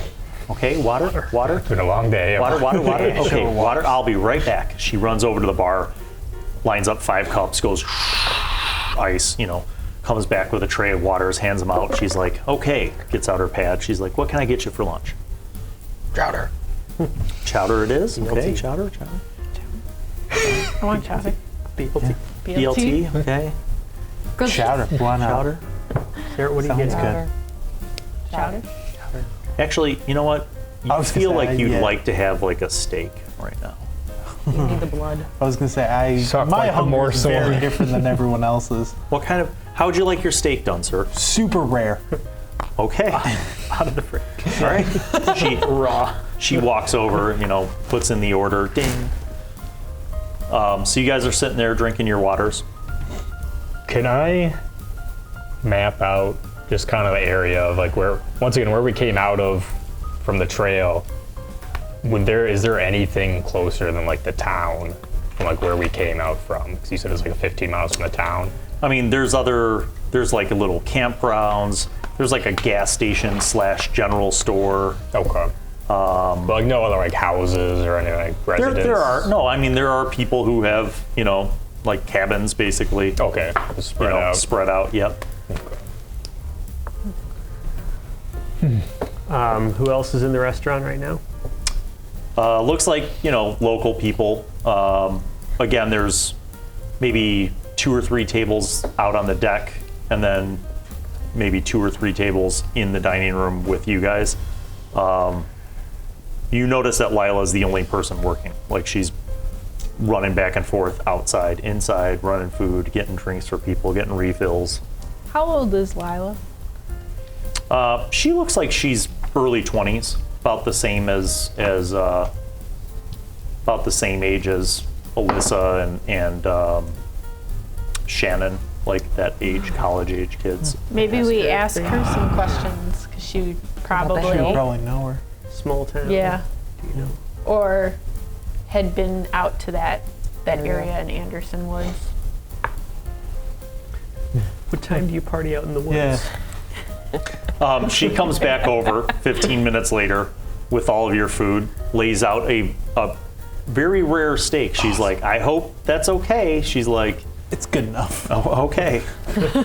She's like, well, you folks The enjoy. FDA. The FDA says otherwise, but okay. She runs off, takes care of more tables. You guys eat some lunch, enjoy your food. She comes back a little bit later to check on you. What happened to the other guy that was working here yesterday? John? Yeah. I don't know. He called in sick. He does every once in a while, but we're really short-staffed. A lot of the kids who usually work here are college kids, and it's in the fall, so they go back to school. And When did John last call in sick? I want to see his timesheet. she says, I don't know. I mean, maybe like a month ago, a few weeks ago, something like that. Lines up at 3 weeks. Maybe. We got a couple days ago though. What's her name? Yeah. Have you ever been out to Anderson Woods? She goes, oh yeah, sure. And what were you doing? Did you do shrooms? Do you kids do the pot? You do the American. She's like, have you all been out there? Yeah, we just walked we were by there. a little earlier today. Oh yeah, they have great trails. Yep. Very scenic, lots of stuff to see. Yeah. She says sometimes, she says it's not quite the end of the season, but she's like, when things start to really cool down, sometimes you can catch the migratory birds. They kind of gather there before they head south. It's really cool. There's a pond, kind of out in the middle of the preserve. It's all about them birds. I got nothing. Got any like old friends from out in the area? Oh yeah, sure. What's the girl's name? Alyssa? Shannon or Alyssa. Alyssa? Yeah, do you know Alyssa. Shannon and Alyssa? Oh yeah, sure. Yep. Okay. Yeah, all I Alyssa got. goes to state. She goes to Kalamazoo. Shannon works at the grocery store. seem like You good want to blow kids. this to her Yeah. too, or just be like, oh, I'm it's your not going to friend's be the dead. bearer of bad Be news like- on this one. Went to Kail. Friend is dead. God damn it, Marie. Thanks for lunch. Bye. Yeah, she's like, well, if you all want anything else, just let me know. I'm going to grab this food for this other table real quick. She goes off, grabs more food, drops it off, comes back around. She's like, anything else or desserts? Do you know when John is going to be back in at work here? I'm sure he'll be back. I mean, I hope he comes back tonight. Otherwise, I'm screwed. She's like, I don't really feel like working a 12-hour shift by myself. How late is this tavern open? Midnight? Midnight. Has Mark been in today? No. Old Mark, he usually comes in towards the end of the day. Pretty much like clockwork most days, except for the weekends, but Do we want to go to the? Pierre? Piers? I mean, check with Inspector Viliax. We said we're going to meet with him, Yeah. but then go Hop to in the BM. Pierre's, Go to Pierre's. or go back here later tonight. So probably going to do one or the other. Either way, one or the other. I'm also very suspicious of John. Yeah. she drops the check off with you guys. She's like, just let me know I can run your card. Dine and dash. And You pay. Yep. Yeah. Okay. All right, where are you guys going next? What time is it? It's like 2. I mean, you were there for maybe an hour. What time we meet the inspector? He said Four. 4, but what else are we going to be able to do in that time frame? Well, Pierre's what? 15 minutes south? Yeah, about that. Yeah, do we want to do a jaunt to Pierre's? Yeah, let's see if Got we're an hour and a half before Yeah, we got to see? get back. See? All right, let's see if we can head over and find Pierre's The BM place. with everything Okay. fully loaded for once. Yet another incredibly detailed map involving. Actually, there's no map. She just gave you like written directions in like old lady cursive, and it's like follow the road down south until you see the barn. And so you're following these directions, and it is off the beaten path. Like you are in the woods on like a dirt trail. I need to get a satellite GPS for the then, BM. Yep, and then sure enough, at a certain point, you're like, yep, no cell signal. You take the last turn onto an even narrower, like one-car dirt path through the woods, and you pull into sort of a clearing, and you see this. I don't even know if I'd describe it as a cabin. It's really more of like a shack. It's like wood shack. Maybe 2 rooms, tops. And you see what you assume to be an outhouse that's like jutting out from the end of one of the ends of the shack. Outside, there are like 4 rusted out cars that are just not going anywhere ever. And then like 1 Jeep that looks beat to crap. Sorry, not a Jeep, like a pickup truck that looks beat up. And like when you guys kind of pull up, you see like 3 dogs just like kind of mill around. They're not aggressive. They just like kind of come out towards you guys, and one of them's barking, and then you hear this voice that's like, quiet down now. And the dog stops, and the door opens, and you see an older guy with like gray stubble beard and like gray kind of hair, sort of scraggly looking greasy hair. He comes out wearing like a flannel and like a thicker jacket, and he's wearing like big boots. And he walks out, and he's got like a walking stick, like a trail stick. Comes out on the front porch of his shack, and he says, "Can I help you all?" Before we start, could I read a badge situation of the area? Is See if Pierre I can get some gonna eat holds? us? Yes. Roll.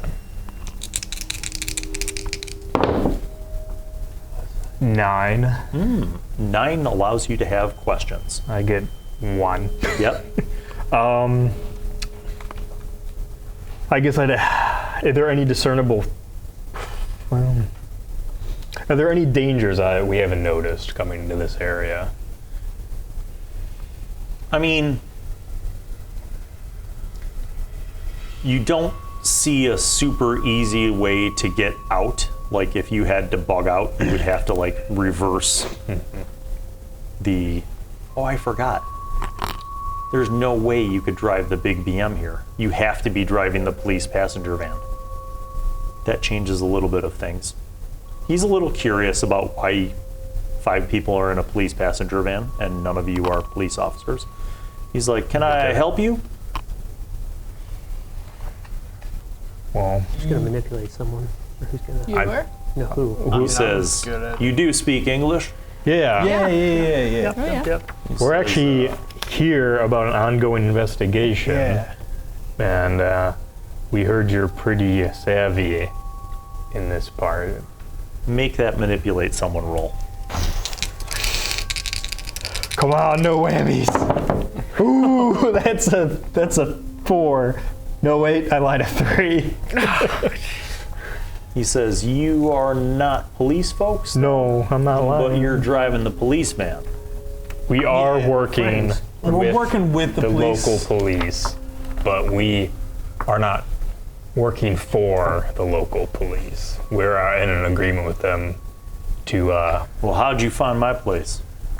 who did we have? That was you that was take over, me. Marie. So I was in the local art gallery and saw some of your pieces, and Oh, you were talking to Mary? yeah. Well, that's more like it. He said, come around back. I'll show you the shop. You go around the back. The dogs are just like following you. There's none of them have collars or leashes or anything. They just follow. And he kind of walks back with his walking stick, and you go around the back of the shack, and there's like a back porch with like a roof over it, and you see he's got like a woodworking shop basically.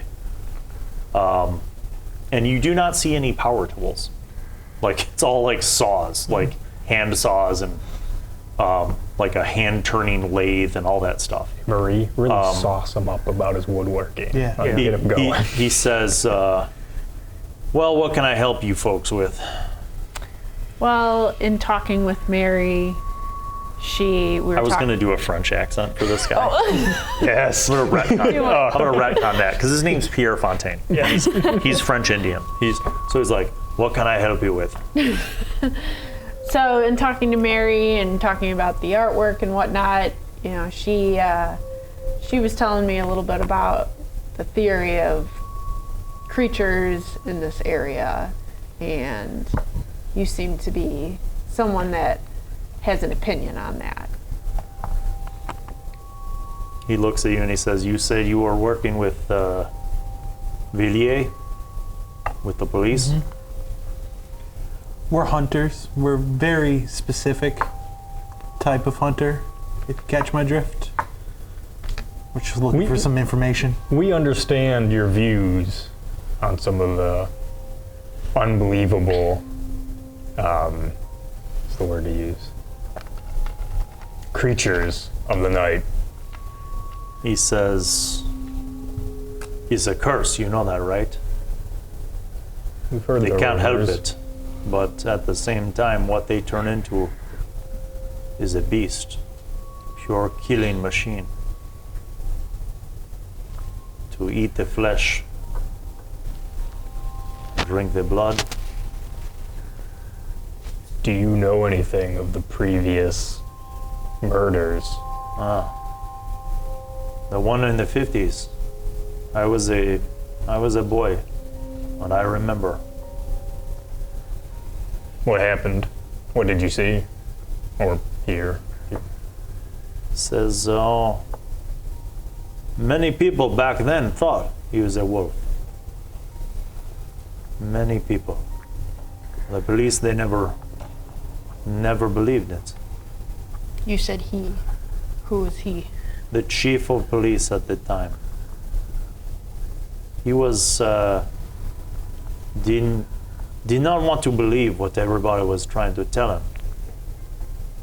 I remember my grandfather telling me about his grandfather. Before the town was even incorporated. They used to have wolves all over this area. Some say that the bite of some of the wolves could turn a man. such that the moon could draw out the beast. Have you had any interactions or encounters since the 50s incidents? No. But I think these recent attacks, it could be a return. Why do you feel all of a sudden these attacks? What else can explain it? It was not a grizzly bear in the 50s. That is how they just kept everyone safe and calm. Some say that they brought that grizzly bear from some hunters. They made a show of it to make people feel safe. The cover-up. Why did it stop then? Who can say? Maybe the real wolf was killed. He said,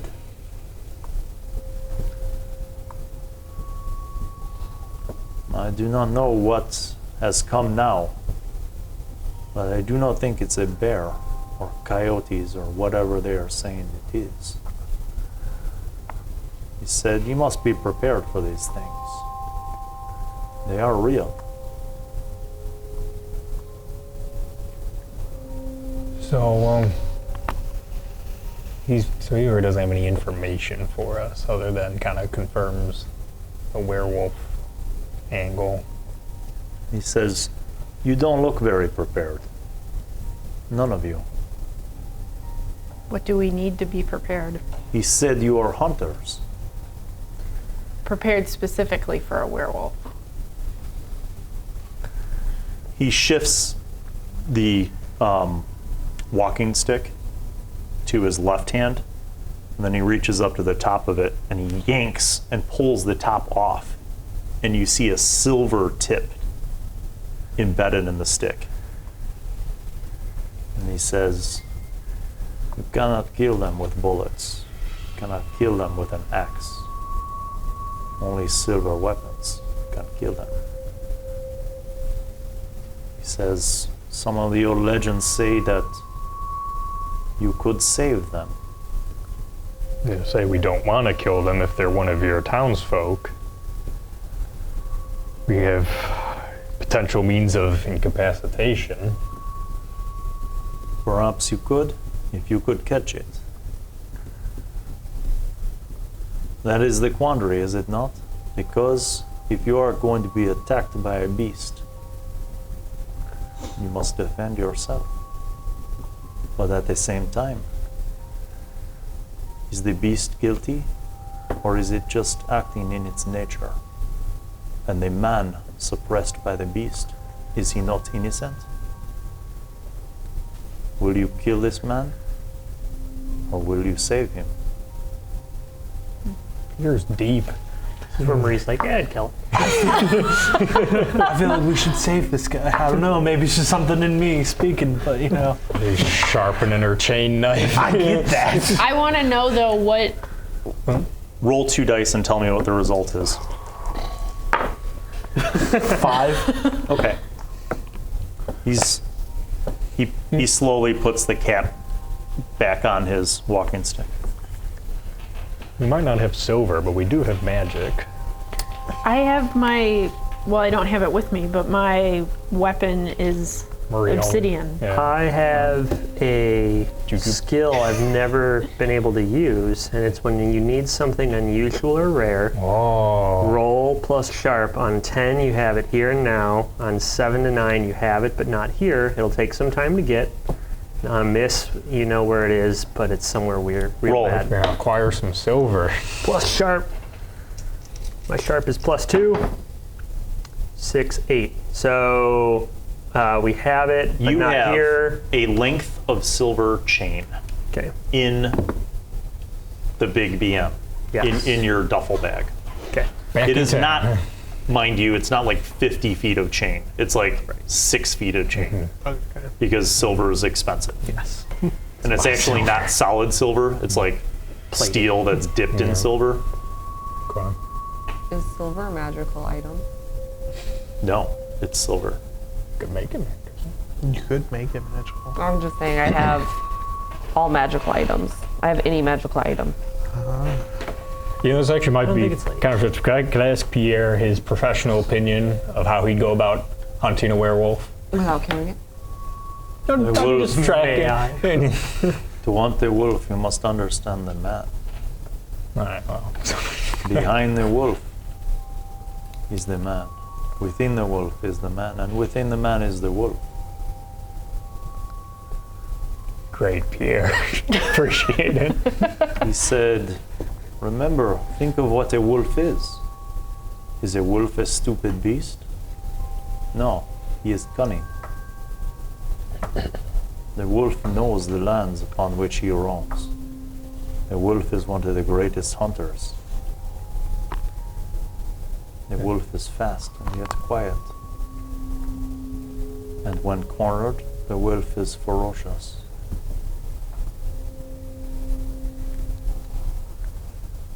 I'm good here. We talked to the loony for Yeah. Um, Said, yeah. if you want protection, go back and talk to Mary. She has some silver jewelry you can buy from her. we can melt it down, melt my chain This down is into why- a weapon. The people crafted that silver jewelry. The people knew. Maybe Mary's got like a sweet knife. You know. People knew. Mary has more than a sweet knife. Oh, hey, let's go back to Mary's. You kind of remember seeing something that was not for sale on display. Right, so you got in cahoots with Mary.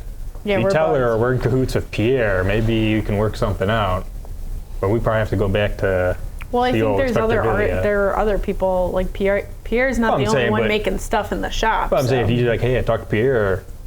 He didn't go crazy. Like we were pretty cool. We talked, and he's Yeah. tell her he suggested she had Okay. inventory. Yeah. Based on what Pierre just told you, Yeah.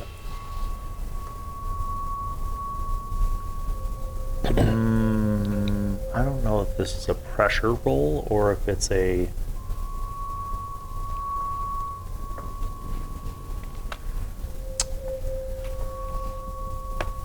investigate a mystery roll. Let's do that. Investigate a mystery. Snake eyes plus 2, 4. Okay. I mean, he's told you some things. Yeah. You feel like there's dots that still could be connected, but you also feel like he's told you some things. He says,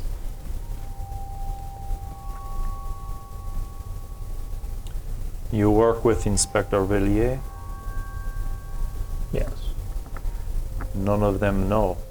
None of them believe, you know. They were not around in this area so long ago. Not many of us who were are still alive. Who still is besides Mary? A few of us that were maybe children in the 50s. Many of the others, they have died or they have moved to bigger cities, to retirement homes. Maybe Mark. Mark was older. He wasn't that old though. He was like 50? 50. Yeah. Yeah, Mark's not as old as Yeah. Pierre or Mary. Because they were thinking like 50s. They remember it's gonna be like 70 plus. So. Yeah. Well, okay. Are we done? We I got all we mean, I can get think out of we're done here. I think here. we're done with him. Because I mean, if we can talk to Villia, confirm the fur, you know, I mean, I feel like that's just locking in more. But Grab maybe a- they'll have some interest in DNA tie-ins, Okay. and then Grab the Mary chain and Yeah. the silver. All right. Melt it down into a weapon. forge into a great iron. You guys leaving? Yep. Yeah, I think Yeah. so. No. Well, thank Pierre for his Thank you. time. Yeah, he was not as crazy as I Great thought it was stories. going to be. Great stories. Yeah. But the dogs, you know, He kinda back this thing up. walks you out. You guys carefully back out of his dirt driveway and back out onto the other dirt driveway and eventually get back to town. It's like 3 o'clock by now. So where's the BM at? It's parked across from Well, it's the like station? what? Yeah, in the parking lot in front of the police station, right? So like what, in town, pretty much? Yep. And the town's not huge. Right. Oh. We're just stuck driving the Or other vehicle. I guess we would have had it probably by the. By Yeah, the because we went back to the police police station, station to get in the van. Yeah. So Okay. and how close was Mary's? A couple blocks away. Yeah. Do Down the you want to? Do a vehicle swap? Or Yeah. Check her out. he's Well, I grabbed guess yeah, that everything's like chain, right yeah. there, so we can pop by Mary's, pop by police All station. right, you stop into the arts and crafts shop. She sees you and she's like, "Oh, hey, how's it going?" Hi. We went and checked. We went and talked with Pierre. "Oh, you did." Yeah, he was really insightful. Yeah, let's get real, Mary. He's a funny guy. He's got some stories, doesn't he? Yeah, he told us some interesting information and theories on werewolves in the area. Oh, of course. Yep, he's got those stories. Cut the shit, Mary. Give us silver. She's like it. She's like, I have a couple books for sale over here, and she goes over to the shelf and she's like, these are one of these was written by my great grand aunt, who was one of the first women to write a book about our people's history here in the region, and she's like, there's some folklore in there too about shifters and stuff like that, and I think that might be helpful. the magic fish, this. Magic fish. Oh yeah, you can. There's all sorts of legends, and you can make a wish in this pool, and Where's if the you pool? see the golden fish, it'll grant you your wish. And she says there's lots of stories. It's entertaining. I actually used to love reading these things to my grandchildren. Now, Pierre said that you sell some silver. Oh yeah, Some sure. Right jewelry. over here, she walks over to her jewelry display, and you see a lot of silver necklaces, silver bracelets, silver rings. Is this all the silver you have, or do you have anything else that's not out for display? Manipulate someone, roll. Hey, we're bombing. Or She says, well, this is what I sell. She says, now, I do have some things here that they're display. They're not for sale, but because they're family heirlooms. And she says, there's my great-granduncle's hunting spear, and there's some snowshoes, and you notice the hunting spear. Nice. And it, like the metal tip of it looks kind of dirty and old, but it also maybe looks like it's not iron. Okay. any way we can acquire that? Yeah, if they're... I have this thing, but I want to know if it's cool with you. Yeah. It's based off of my roll plus charm, but I also have that ability where I can use my weird instead of charm, but that's only when I manipulate someone. Yep. Can I combine the two in this? What would that total dice pool be? I mean, what's the bonus? On a 10 plus, I get to hold 3, and I can use one hold to give them an order. A regular person has to follow that order. Okay, since you almost died in the last game, I will let you do this. Yeah, Go ahead. all right.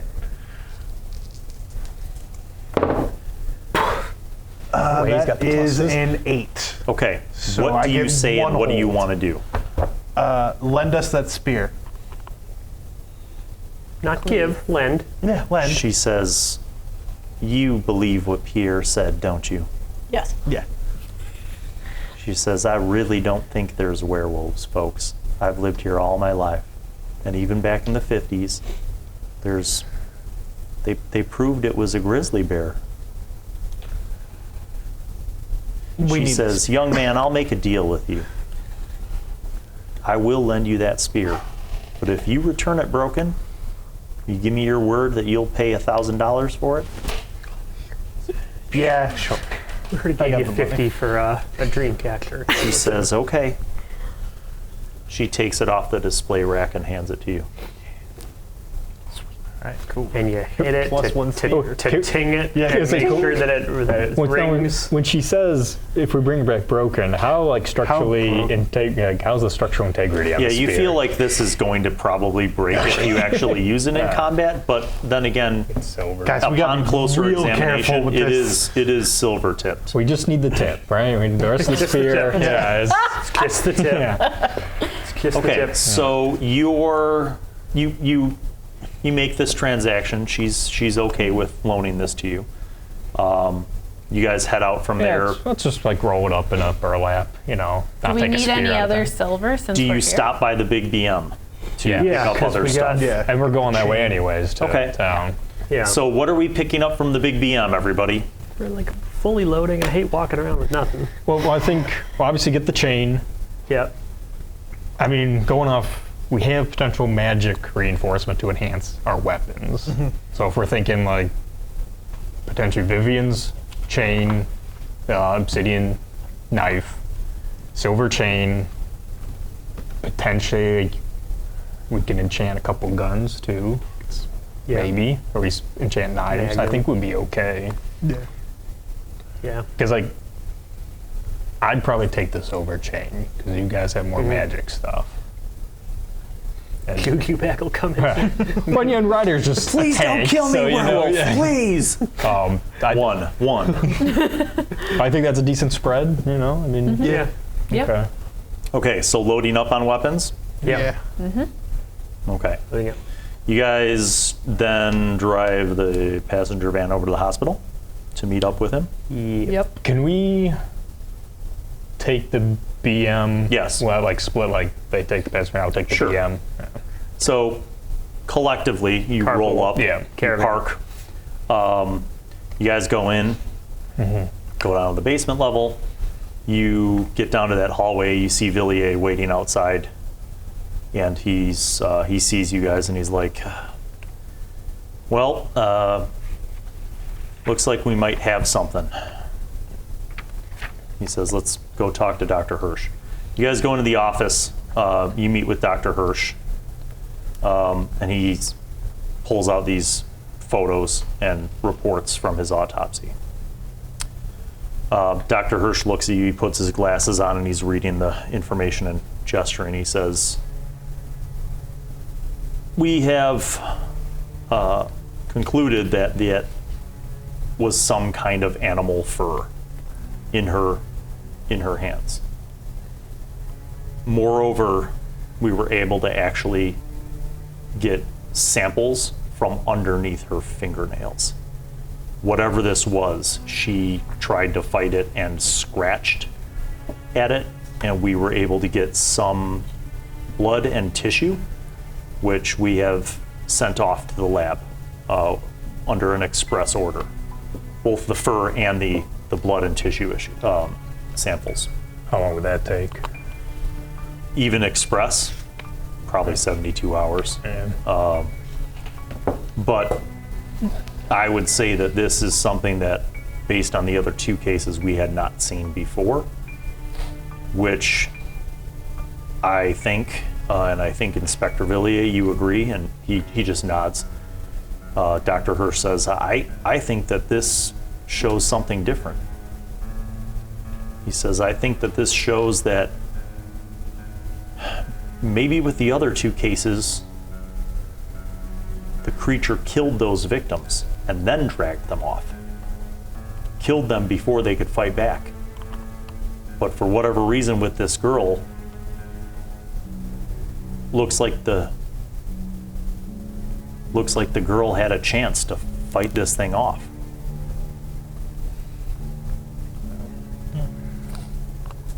I wonder if there was a connection between the girl and the werewolf. Like a relationship. Like a friendship. I mean, More but she than was the that. only one from, and the other two are out of towners, so Yeah. she's local. We don't really know anything about her.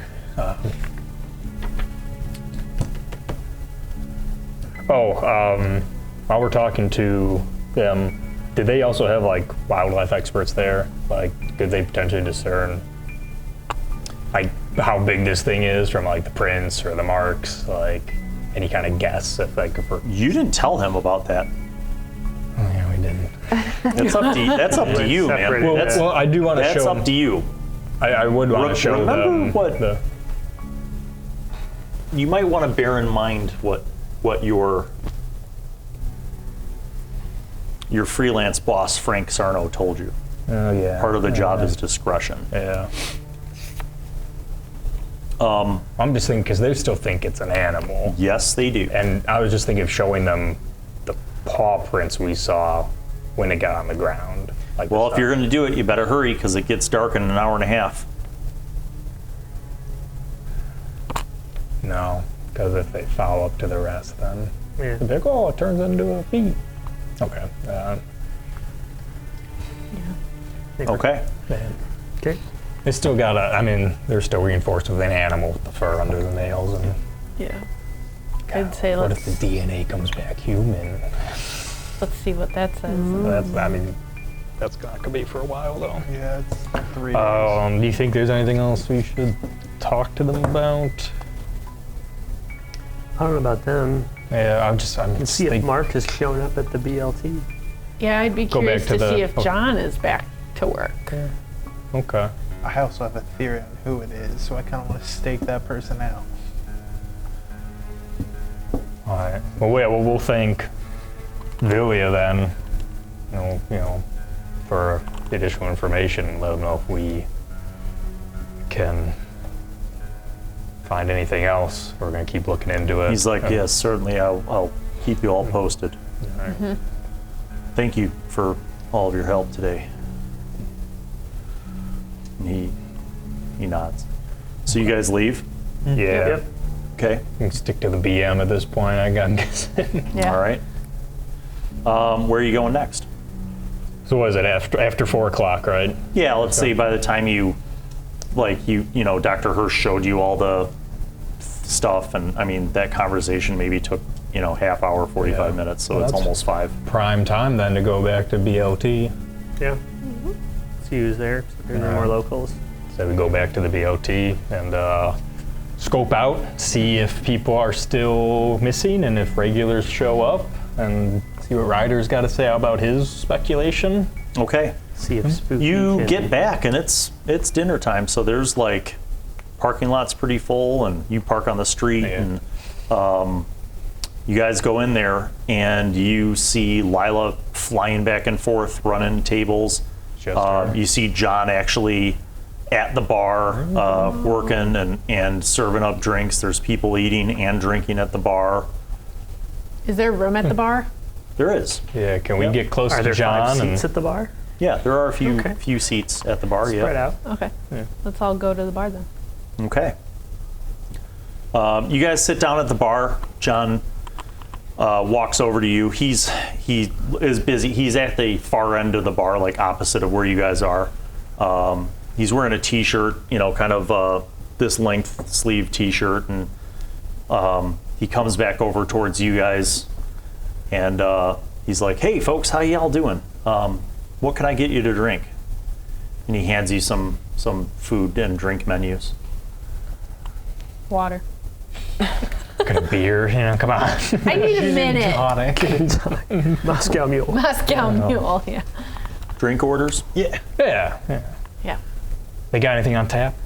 They have 6 beers on tap. All right. I'll take the cheapest one. Yeah. Okay. All right. He's like, all right, be right back. Starts pouring out your beers, your drinks, comes back, lays them all out.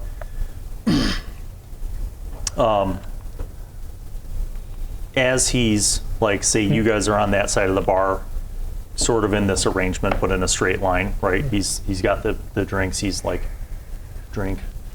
As he reaches out to give you your drink, you notice something. Like just peeking out underneath his sleeve, you see like white tape, like the kind of tape that you'd see like on a gauze bandage. And he kind of puts your drink out, and then he goes back and he says, take a look at the food menu, and I'll be right back to get your orders. As he gives me the drink, I want to just like in passing say, "Hey, John, we missed you earlier," and just see if he reacts. He says, "Oh yeah, Hey, well, working 12-hour shifts is real tiring sometimes, and I just didn't feel too good this morning. But yeah, you folks must love the food here if you're coming for lunch and dinner, right? He's like, well, I'll be right back, and he kind of goes back down the bar. And Is there like a high shelf? yes, Like there's alcohol, we there's can maybe- top shelf liquor. Yeah, maybe Is it get water him or is it to. actually liquor? No, it's actually top shelf water. Can someone order something to have him reach up high? Maybe get a glimpse also of keep- it. If John's here, if we could potentially see what he did earlier today, Spooky pulled their weight around here. maybe like give him a little brush on the hand or something, or whatever it takes to get some insight. I'll tell you, a brush on the hand works. So he comes back over to you guys. He's like, any food orders? Can I get you guys some appetizers, maybe? Nachos? Yeah, just do some snacks, right? Yeah, just kind of keep Make them up coming back and pretzel. forth, Cheese right? curds. Cheese curds? Oh, yeah, Sure. Yep. Mix Give it him up, order give cheese them curds. coming back and forth. Some nachos? Yeah, I'll Okay, get some great. nachos. You know? I'll put those orders in for you. Thanks, folks. He's super friendly and, kind of running back and forth. Puts your orders in. You see, he's like whipping around the bar, cleaning glasses. Spooky. I mean, does it work if I touch him, or Might be on the roll. do I get? Maybe when he brings the food out, grab the plate and touch his hand, and then read his But I mind. mean, can't I just read his mind because he's I in don't the know what you vicinity? realize. Sure. He's right there. Yeah. Sure. So I'll try reading his mind to see if he has any thoughts of what happened earlier today, or if he was lying about just taking. Okay. Get his injury. Big roll. Snake eyes. There's a 1. And a 6 and a 7, so a 7. Partial success. Okay. So you kind of zone out for a minute and you get a sense of his surface thoughts at first, which is just that he's busy at work, he's kind of stressed out. His overall feeling is you just get a sense that he's kind of nervous and anxious and worried.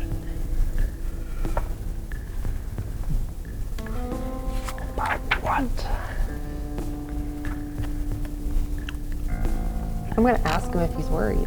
Hey John, you seem a little distracted. You said you've been busy at work and everything. Is everything going on? What's got you so stressed?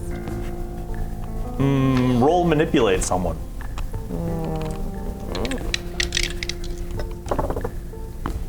8. Oh, Plus okay. a touch on the hand for a +1.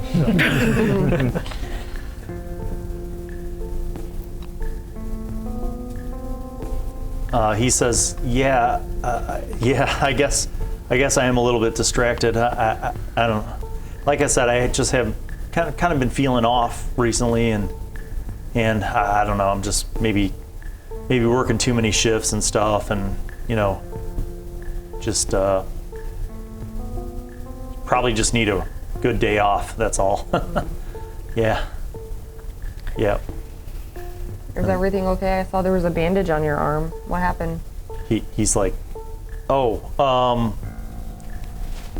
yeah, he's like, I'm not really sure 100%. I think I skinned my arm when I was doing some chores around the house, but yeah. Oh, I think your food's up. I'll be right back.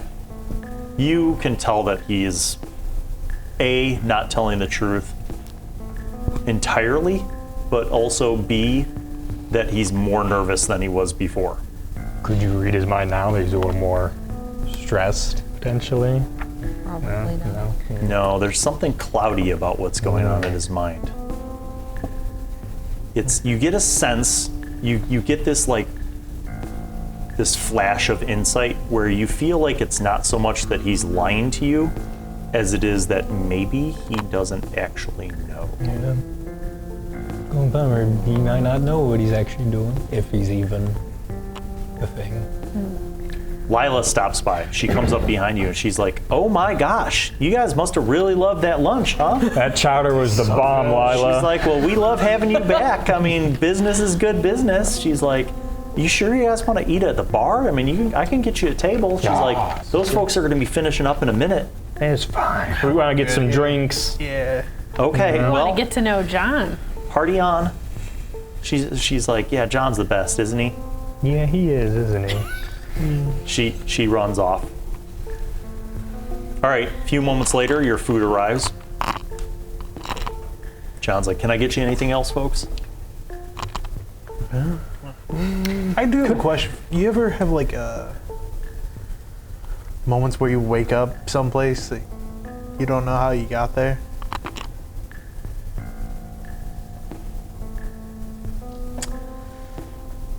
Make that roll, your special manipulate someone roll that you get to make with weird. That is a 11.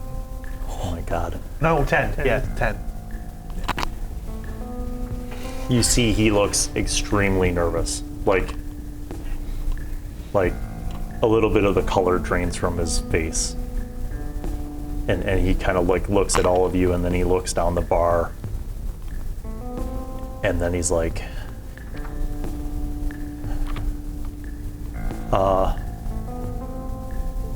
excuse me, I don't feel real good. I'll be right back.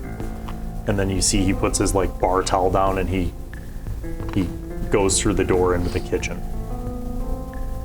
Can we get up and follow him? Sure. Yeah. I don't know. Should we follow him through the kitchen, or should we go out back or go outside and make sure he's maybe we not? split up. I'll go through the kitchen. I'll go I out think back. only a few people should go follow him. Yeah, I'll go Maybe- through around the back. So are you around splitting back. up? You and- Who's going through the kitchen? Me and Who's right going around out back? I'll go through the kitchen. Who's gonna come with? Hey, does anyone want to Or come you with two me? stay Should we here? just I'm stay? staying and eating. Okay. Yeah. Okay. They're hungry. You're staying. You're going through the kitchen? No, you're We're going through the going kitchen. around back. And you We're guys are going going around around back. back, All right, you kind of get up and abruptly follow him through the kitchen. Yeah. You see that the two cooks are like so busy that they don't even notice you. And as you get into the kitchen, you see the door that goes outside just closing. I'll follow. Through. You guys go outside. Yeah. And you get outside. You start going around to the back of the building. You see John just running,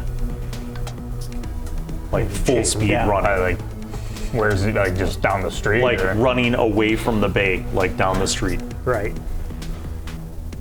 Can one So- of you call us real quick? Yeah, Tell us like- you need Well, you don't want to backup? finish your nachos? Like, Not now. Them cheese curds? I'll take him to go. yeah, I'll go back inside to quick get the other two, because I presume that John would continue to follow out the back, leaving Ryder to chase after I'm him. gonna chase them down. Okay. And so we're all in pursuit Okay. collectively. You're the closest, Okay. Yeah. and you're shortly there behind. Full speed chase. Yeah, full speed. I'm booking it. Okay.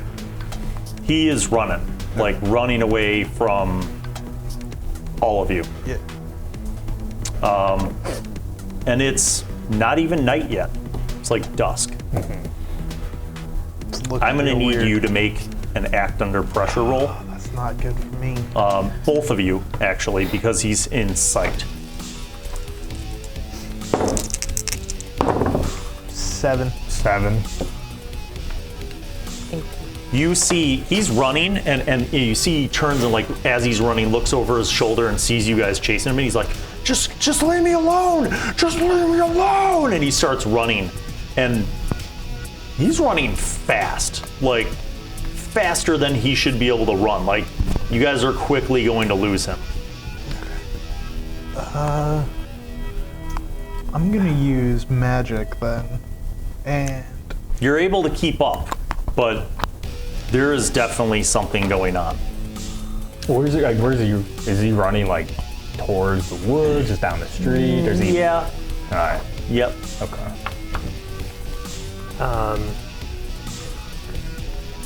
yeah, I'm gonna do magic. I'm gonna do the beyond human limitations and really just like Okay. get into high And then- gear. All right. That is 8. Okay.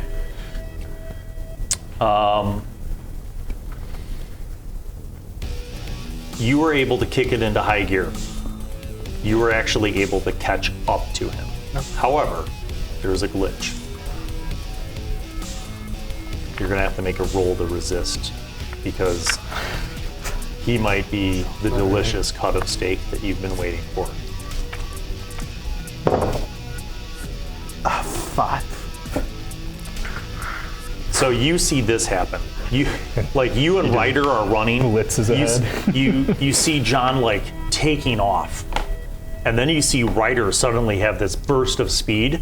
But the way he's running, like he kind of leans forward and is running with his hands behind him, and then you see him just jump. He like vaults an unnatural amount of feet forward and tackles John to the ground. Smash cut back to you guys. You run in, you're like, let's go, he's on the run. You guys all get up and go. Yep, so we're all outside.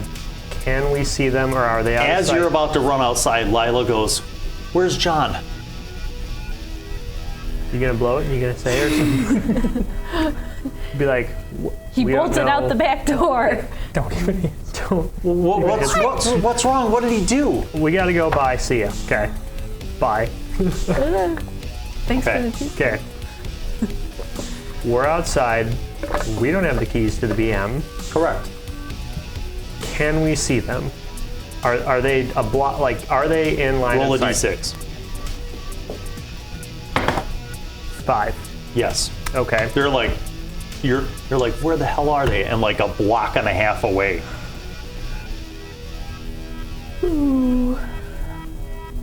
Use magic. I've got my Kugro. Far magic. Far magic. Okay. I'm gonna try to stun them because I see him tackling him, and I'm gonna try to stun both of them. All right. You're like, don't fail me now, Juju bag. Blow on those eyes. 9. Oh. All right. Roll another d6. 1 through 3. Wait. 1 through 3 is Ryder. 4 through 6 is John.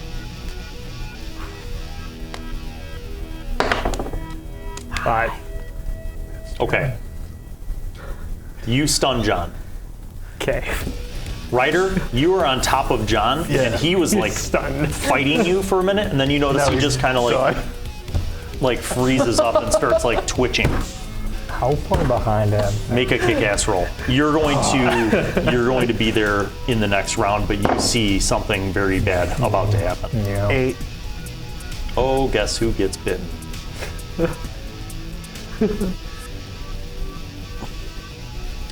He cannot inflict harm on you because he's stunned. So how much damage does your bite do? 3. You take a giant chunk out of this dude. Now you catch up. I want to see if I can use my leave no one behind, but in combat I can help someone escape. Okay. I want to apply this to paralyzed John now, as he's getting eaten.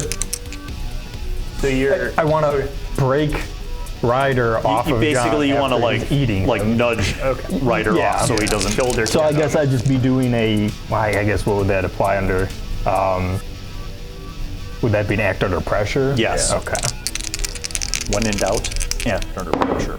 Oh, Snake or it'd be eyes. protect one. No, it's a snake eyes. Okay. You run up, and as you're about to nudge, actually, here's what happens. You nudge Ryder, and you kind of like roll over Ryder, and the two of you sort of like roll over for a minute. And that's when you see something happening to John. It's getting a little hairy. You hear ripping, and the ripping is his clothes. And you see and you hear crackling, like his bones changing. And you see him just yell out in this weird sound, like from like inside of him. And it sounds like painful. And you see him begin to change. You are still a block and a half away. Sarah, what are you doing? Viv, what are you doing? I see that something bad's about to happen, You sure do. and I have a hunch So I'm gonna roll to see if I could get there and stop it. Something. Or Okay. help something.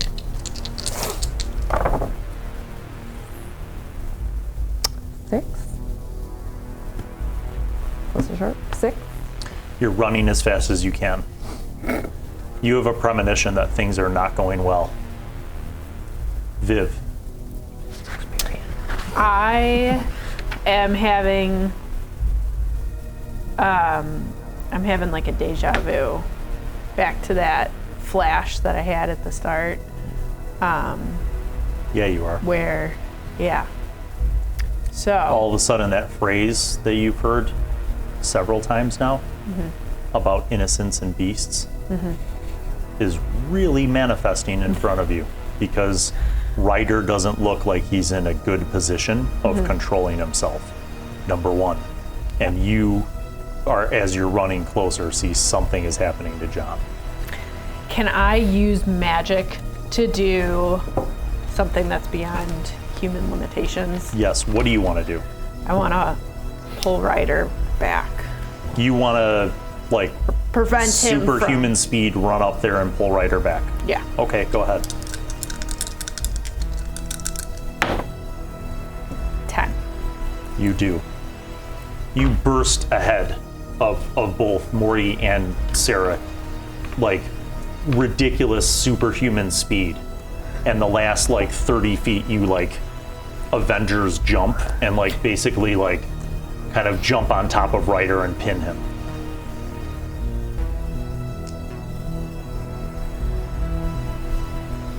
Dark past. I'll trawl through my memories. We'll see what happens when I roll. 7, 9. Okay, so you get to ask one question. What black magic do I know that could help here?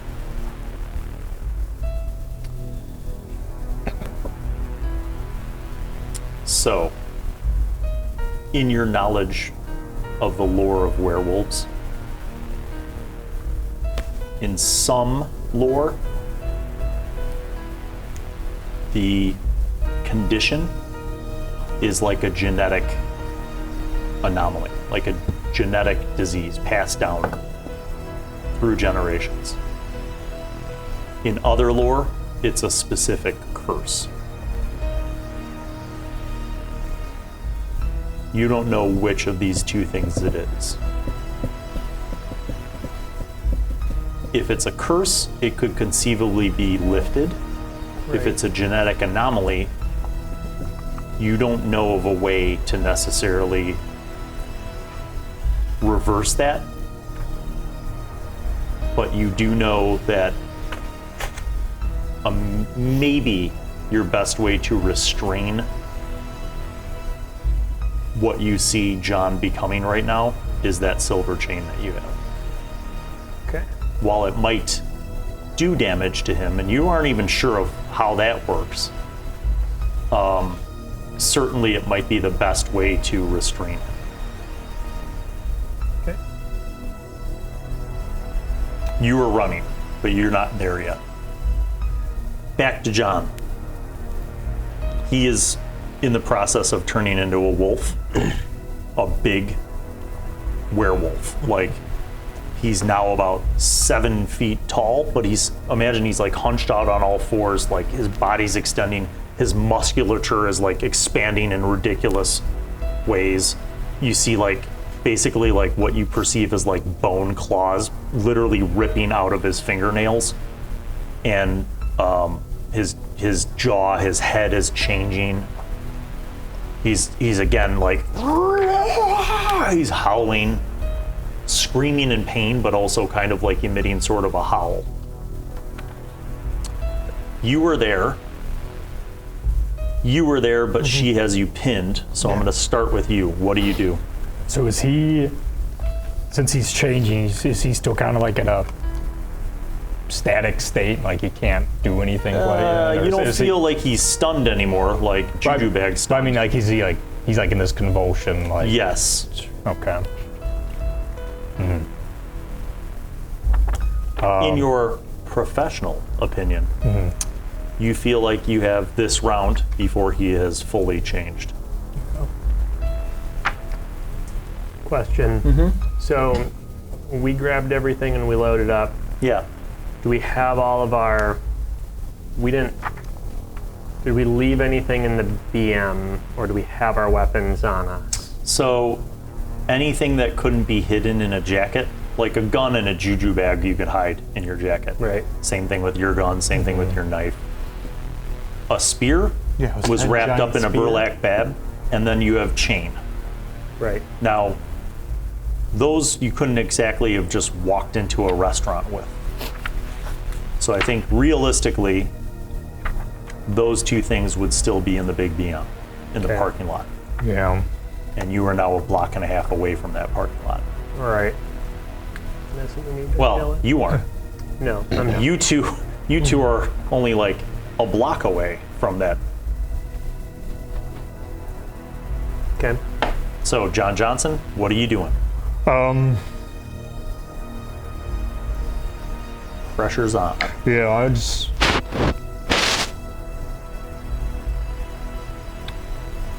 I kind of want to kick some ass if I can do potentially 2 options, but if not, I'm just going to fall apart real quick.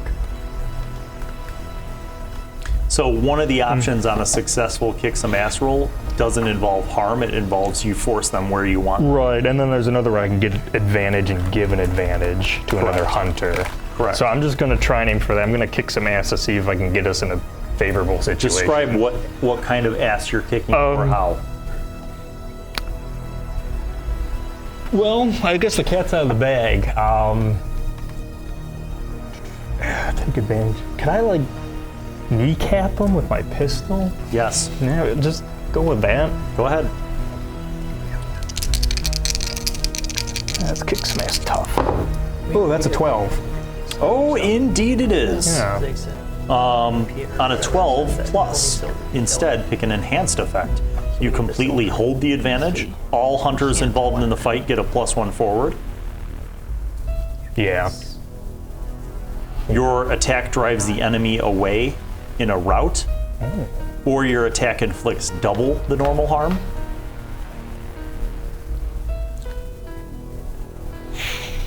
What was the first one? It can give us all an advantage or drive in a route, but as soon as he's mobile, I don't think getting him closer to the van would really help us. Well, 'cause we need to get the Just to silver bear in meat. mind, you are still in like population. Right. Yeah. Like, there's like houses. Yeah. I'm gonna get us where we all get an advantage. Okay. So, All right. Your gun is not quiet, but you do kneecap him. He screeches in pain and kind of rolls over. He's still morphing, but you have kind of slowed him down for the time being. You are there, and you are there. What are you doing? Guess I'm still holding Ryder back. You see what just transpired, too. Has Ryder calmed down? Yeah. Make your roll to resist.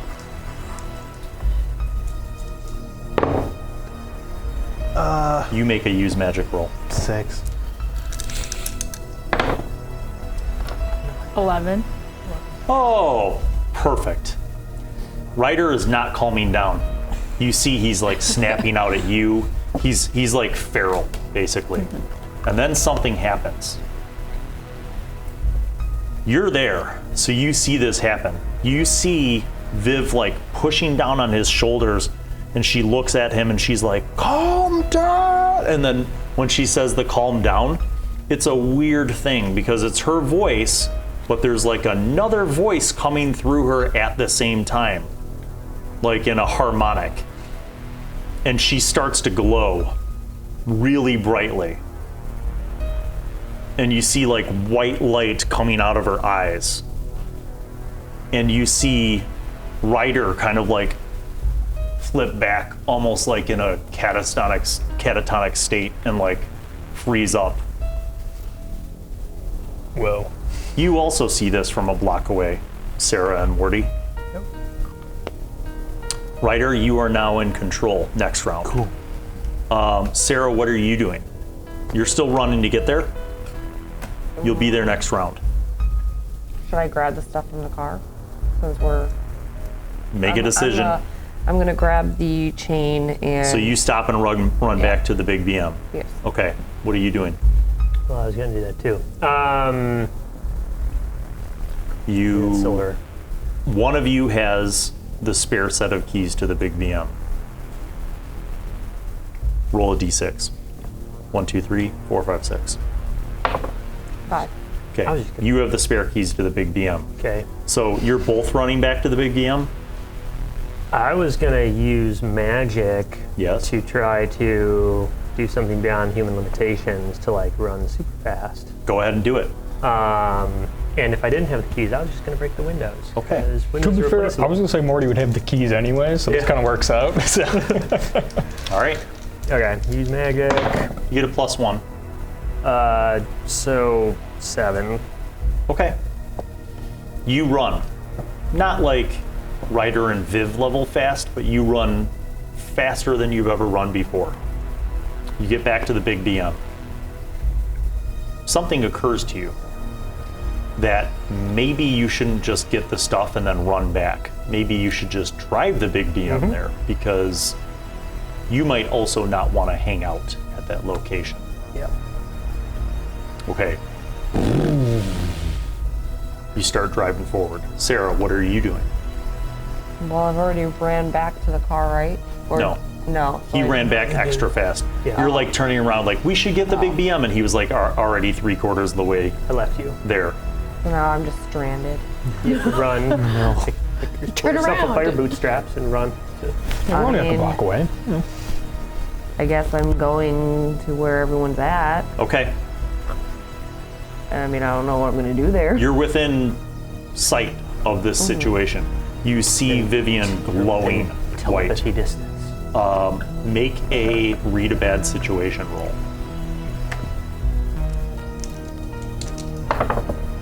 3. Yeah. It's all The good. situation doesn't look great. You're not really sure what insights to derive from that. Back to you. The wolf is getting up. He is in full werewolf mode. He stands up at 8 feet in height, Could I? snarls at you, and comes at you. Well, okay, never mind. I was gonna say if I could hold until potentially Morty comes with the truck, but I'm guessing that's not a luxury I have. He's coming at you. Yeah, I'm gonna shoot him in the face because Okay. I don't really have much else. Actually, well, I could potentially. There's like a tactical retreat, right? Or would that be like just like avoid Act him? under pressure or kick some ass. Which one are you going to do? I'm gonna act under pressure. And you're going to try to just completely avoid the situation. Like avoid Potentially- getting shredded by a Yeah, and like werewolf. maybe like goad him in towards where the direction Morty's coming from. Okay. You know, Well done. Make that I'm roll. gonna survive. Yeah, let's go for that one. That's a 7. Okay. You can get away. However, on a 7 through 9, it's a worse outcome, a hard choice, or a price to pay. So, you can get away from him, but by getting away from him, you are going to leave Vivian and Ryder exposed to him. They're rolling around. In other words, he's not going to follow you, but you were able to get away. The werewolf is now fully enraged, and though bleeding out of his kneecap, he's hobbling towards the two of you. You are now calm. You realize that this situation reminds you of a previous incident with Ryder. You have manifested some form of your chosen ability that you still may not fully understand, but whatever you did once again had the ability to calm the beast within Ryder. This werewolf is at full height and coming towards the two of you, claws extended, jaws open and snarling, completely consumed by rage. Can I just drop Ryder and turn around and... You may try. What would this... It's back to your use magic. Use Now remember, magic. you have a +1 because of the success. 9.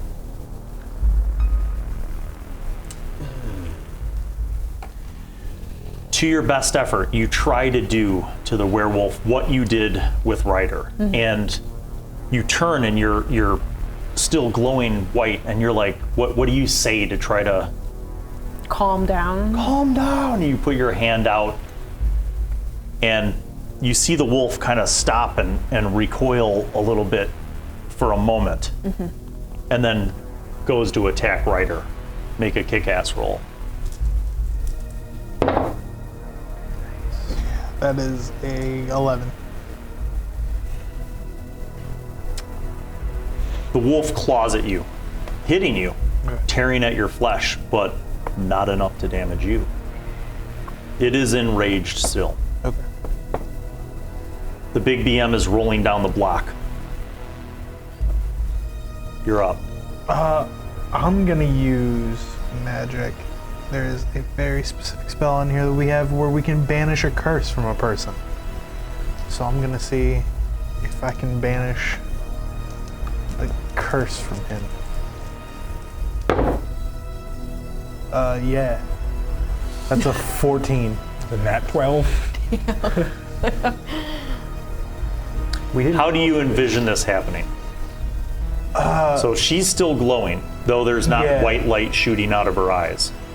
I see Ryder kind of like is taking inspiration from her manifestation of her powers, and he's like also realizing the trauma that he has and like the similar situation between him and John.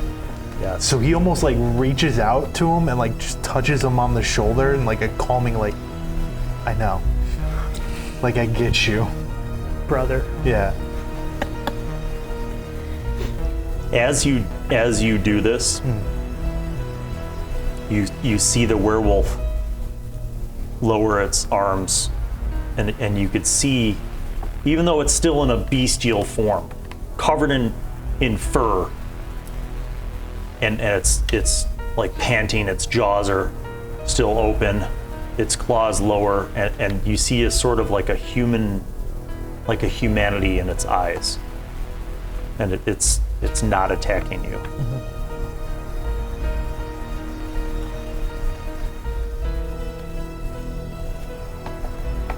Okay. Where am I at?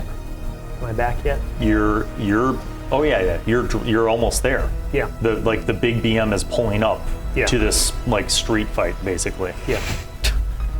And I jump out with the chain and the spear. Yeah, spear. You see Ryder literally has a hand on, not really the shoulder, Yeah, because he's it'd 8 be feet too tall, hard. but like on his like pecs basically, and he's like, and you see the werewolf is just standing like looking at Ryder curiously. Do we get the sense that the werewolf is being cured, or are we just, is it still clearly a werewolf and we're just biding time and we're still the best course of action is still to kill it? You don't know. It's time to read a bad situation, buddy. You get a +1. +2. 7. It doesn't seem aggressive right now. And inside of this 8-foot werewolf somewhere is a college kid, and doesn't seem to be attacking anyone right now. And you see that Ryder is doing something. You also see Vivian. She's not radiating light like she was before, but she has like a thin kind of aura around her.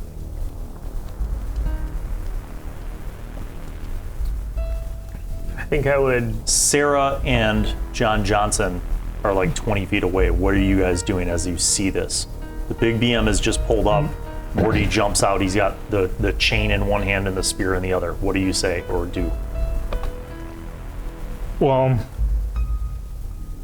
I want to tell Morty we can capture him because I literally have a monster cage on the BM for these very reasons. But I'm wondering if I manipulate someone to tell him this, I guess would it make a difference? Because I know if I roll high enough, it gets us like experience. But with me, just like Say it. Say what you would say in character. Say what you capture him. Okay. What do you do? should use magic to trap. That's what we should do. But personally, Isn't it already trapped? Well, he's he's like stunned, subdued. but we can. And we we have do a have cage, a chain. Oh, okay, well then. but we need to like Then yeah, I'll use try the magic to trap. Then him. I'll trap him. I thought he was already trapped. So yes, like- I will use magic to try and trap him so we can get him into the cage. Okay. help out How or do no? you imagine this magical trap working on the werewolf? He's already like stunned. Yeah, he's already stunned. So just, I'm gonna grab chalk and make a circle, and he can't leave the circle. Okay.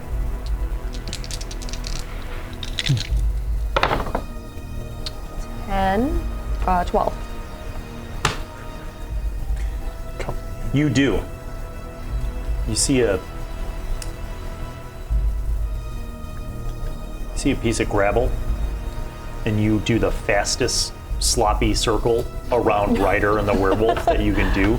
And as you're doing it, you're concentrating on keeping this thing passively still. You see that the size of the thing begins to kind of recede, and he's like shuddering as if the process of transforming is also painful.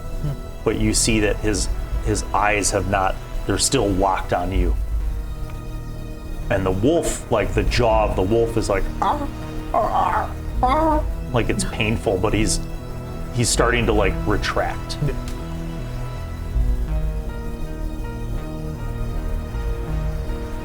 What do you do?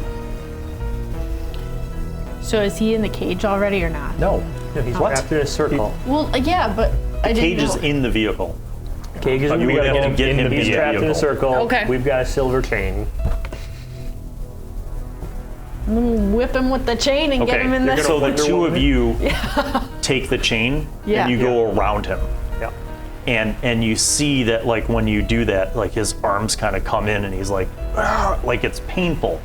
And you actually see like sizzling a little bit with the silver, but you see that he's like transforming. You hear like the bones reverting.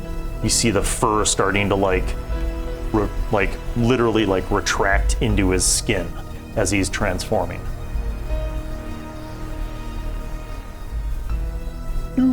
Throw him in. Yeah, get him in the A cage. few moments later,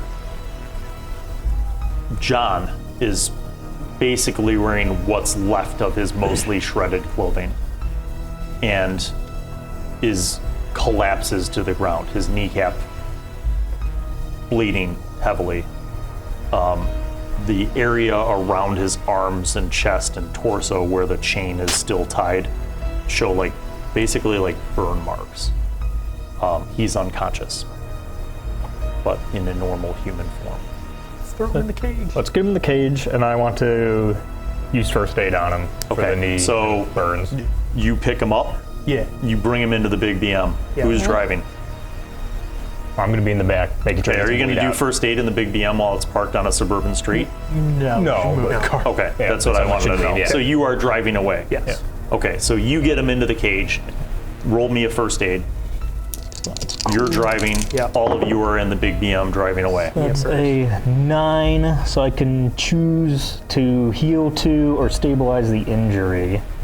I guess I'd stabilize him. Make sure Okay. he doesn't bleed out. Yep, you do. Okay, where do you go? You have successfully captured a werewolf. We have to reach out to, what's his name? Pierre. Pierre. Should we just drive to Pierre's? Why would we go to Pierre? Francis is the one that hired us. Yeah. Yeah. Pierre's just the maniac in the woods. So we're driving all the way back to Chicago with this werewolf? know if there's only one? No, Yeah, I was going to say we there's could probably two. call Francis. Why probably to her, but do we know? I'm going to call Francis and tell him we've got a werewolf that's been part of the issue here. Francis says, did you kill him? We've got him captured currently. Detained. So he's alive. Yes, he's currently in a non-monster form. Well done. He says, you need to get him out of there. Otherwise, I'm sure the authorities, if they find out that it was him, will lock him up in prison. That would not work out well. He says,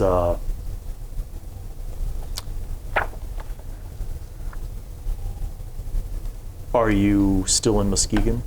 We're leaving. I would suggest we drive to the outskirts. Just get out of town. He says, that's a good move. Why don't you start driving to Grand Rapids? I'm going to make a few phone calls. I'll call you back. Click. You're driving. A little bit later, he calls you back and he gives you an address. He says, I want you to bring him to an associate of mine. He will be able to help this person. Okay, What? Right. let's go. So you go to the address, and you're kind of confused at first because it's sort of like an industrial area outside of Grand Rapids. And it's one of those like nondescript warehouse buildings, but you are certain that it's the correct address. You go around and you see the door to a loading dock open up. And you see a kind of a chubby, middle-aged, older man wave you up. Back in the BM. Okay. He says, and he comes out and he goes, hey, I'm Chuck. Sup, Chuck?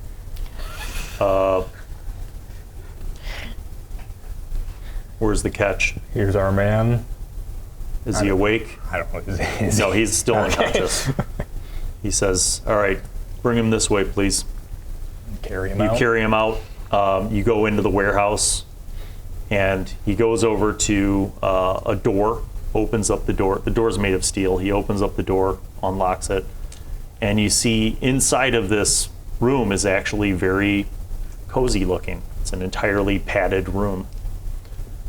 He says, lay him down over on that cot. He goes, is that your silver chain? Yes. You could take it off.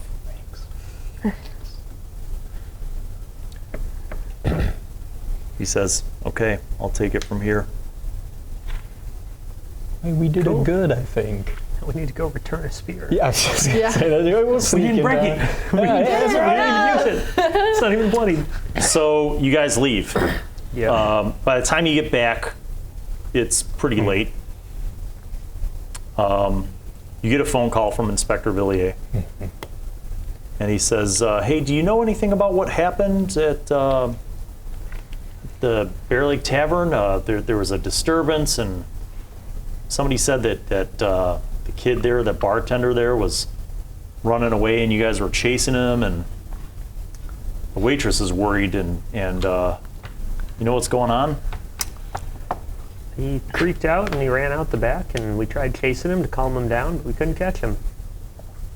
Manipulate someone. Someone beat me to it. I I got -1 on manipulate. think we're all crappy and sure.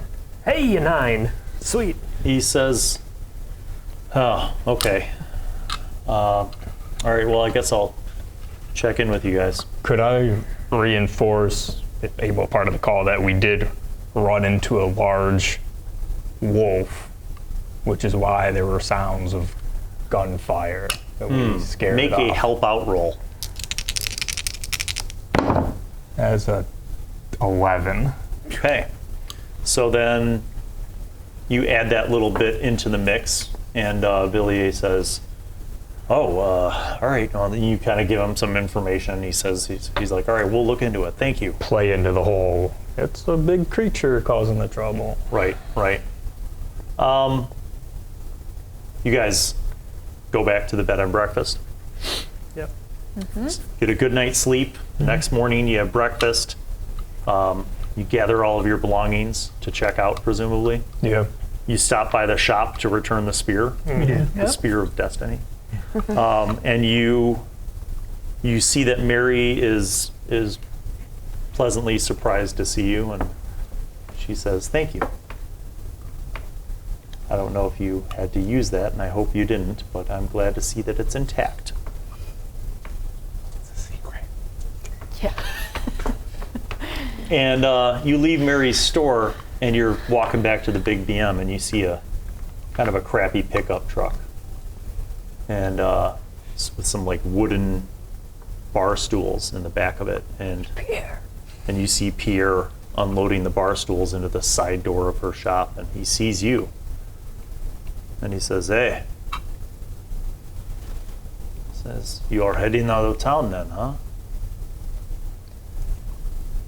Our work here is done. He walks over to easier. you. He sets like the stool down on the ground, and he walks over to you guys. And he says, "So, did you find the wolf?"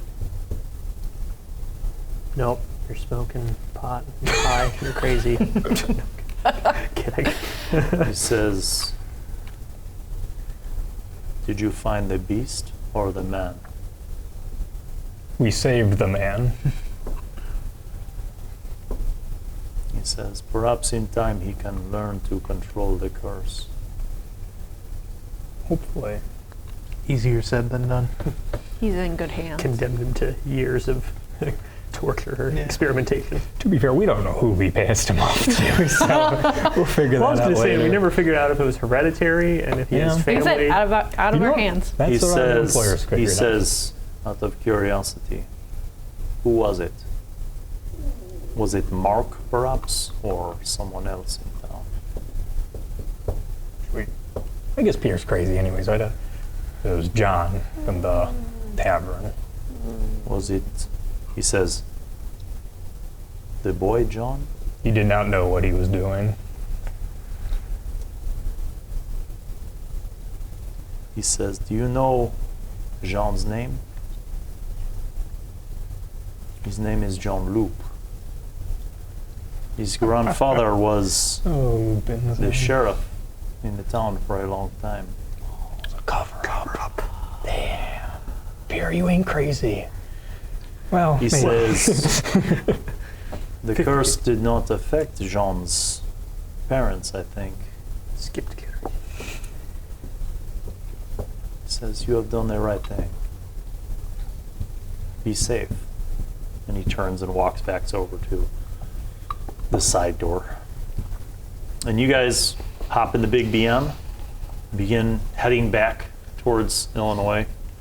For the most part, the drive through Michigan is pleasant. You know, some nice sights. The leaves, the fall leaves on the trees, changing color. And then you get to Indiana, and you're stuck in traffic for 4.5 Yep. hours. Yep. You have to take 12 detours. Accurate. But eventually, you return to the Chicago area, and Accurate. and you return to your base of operations. do I follow up with Francis? Or was I guess there was any confirmation after he dropped off John? You do. Okay. Not immediately. Okay.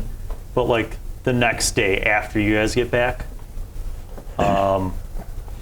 you get a call. Mr. Johnson, you and your associates did a fine job. My associate Chuck has told me that the boy is going to be fine. Chuck's going to help him with his affliction. Sometimes in our line of work, we have to destroy, and other times we have to save. It's always a tough decision, either way. I feel like you and your associates have some potential. And I am going to keep you in mind as potential recruits for my organization.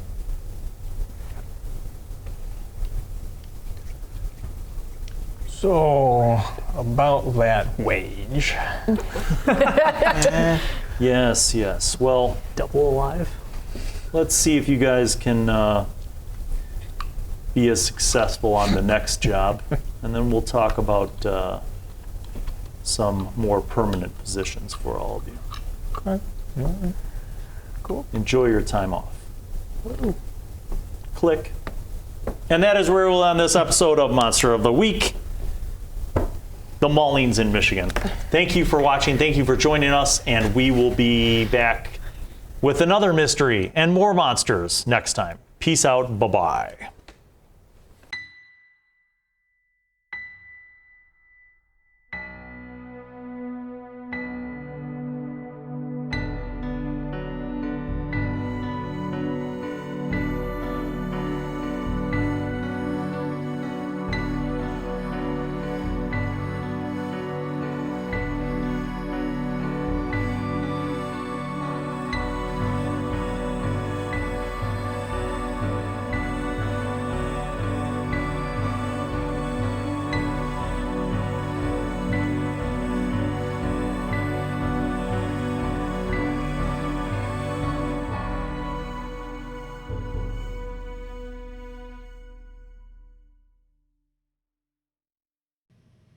Well, hello, and welcome to Bill Allen World. I am Wizzy, the Wizard. I'm back once again to remind you to subscribe and click on the notifications button, and also watch videos that are over there. Tune in to the next episode of whatever show you are just watching, and watch other shows featuring Bill. He made me say that, because he's a narcissist. Okay, bye.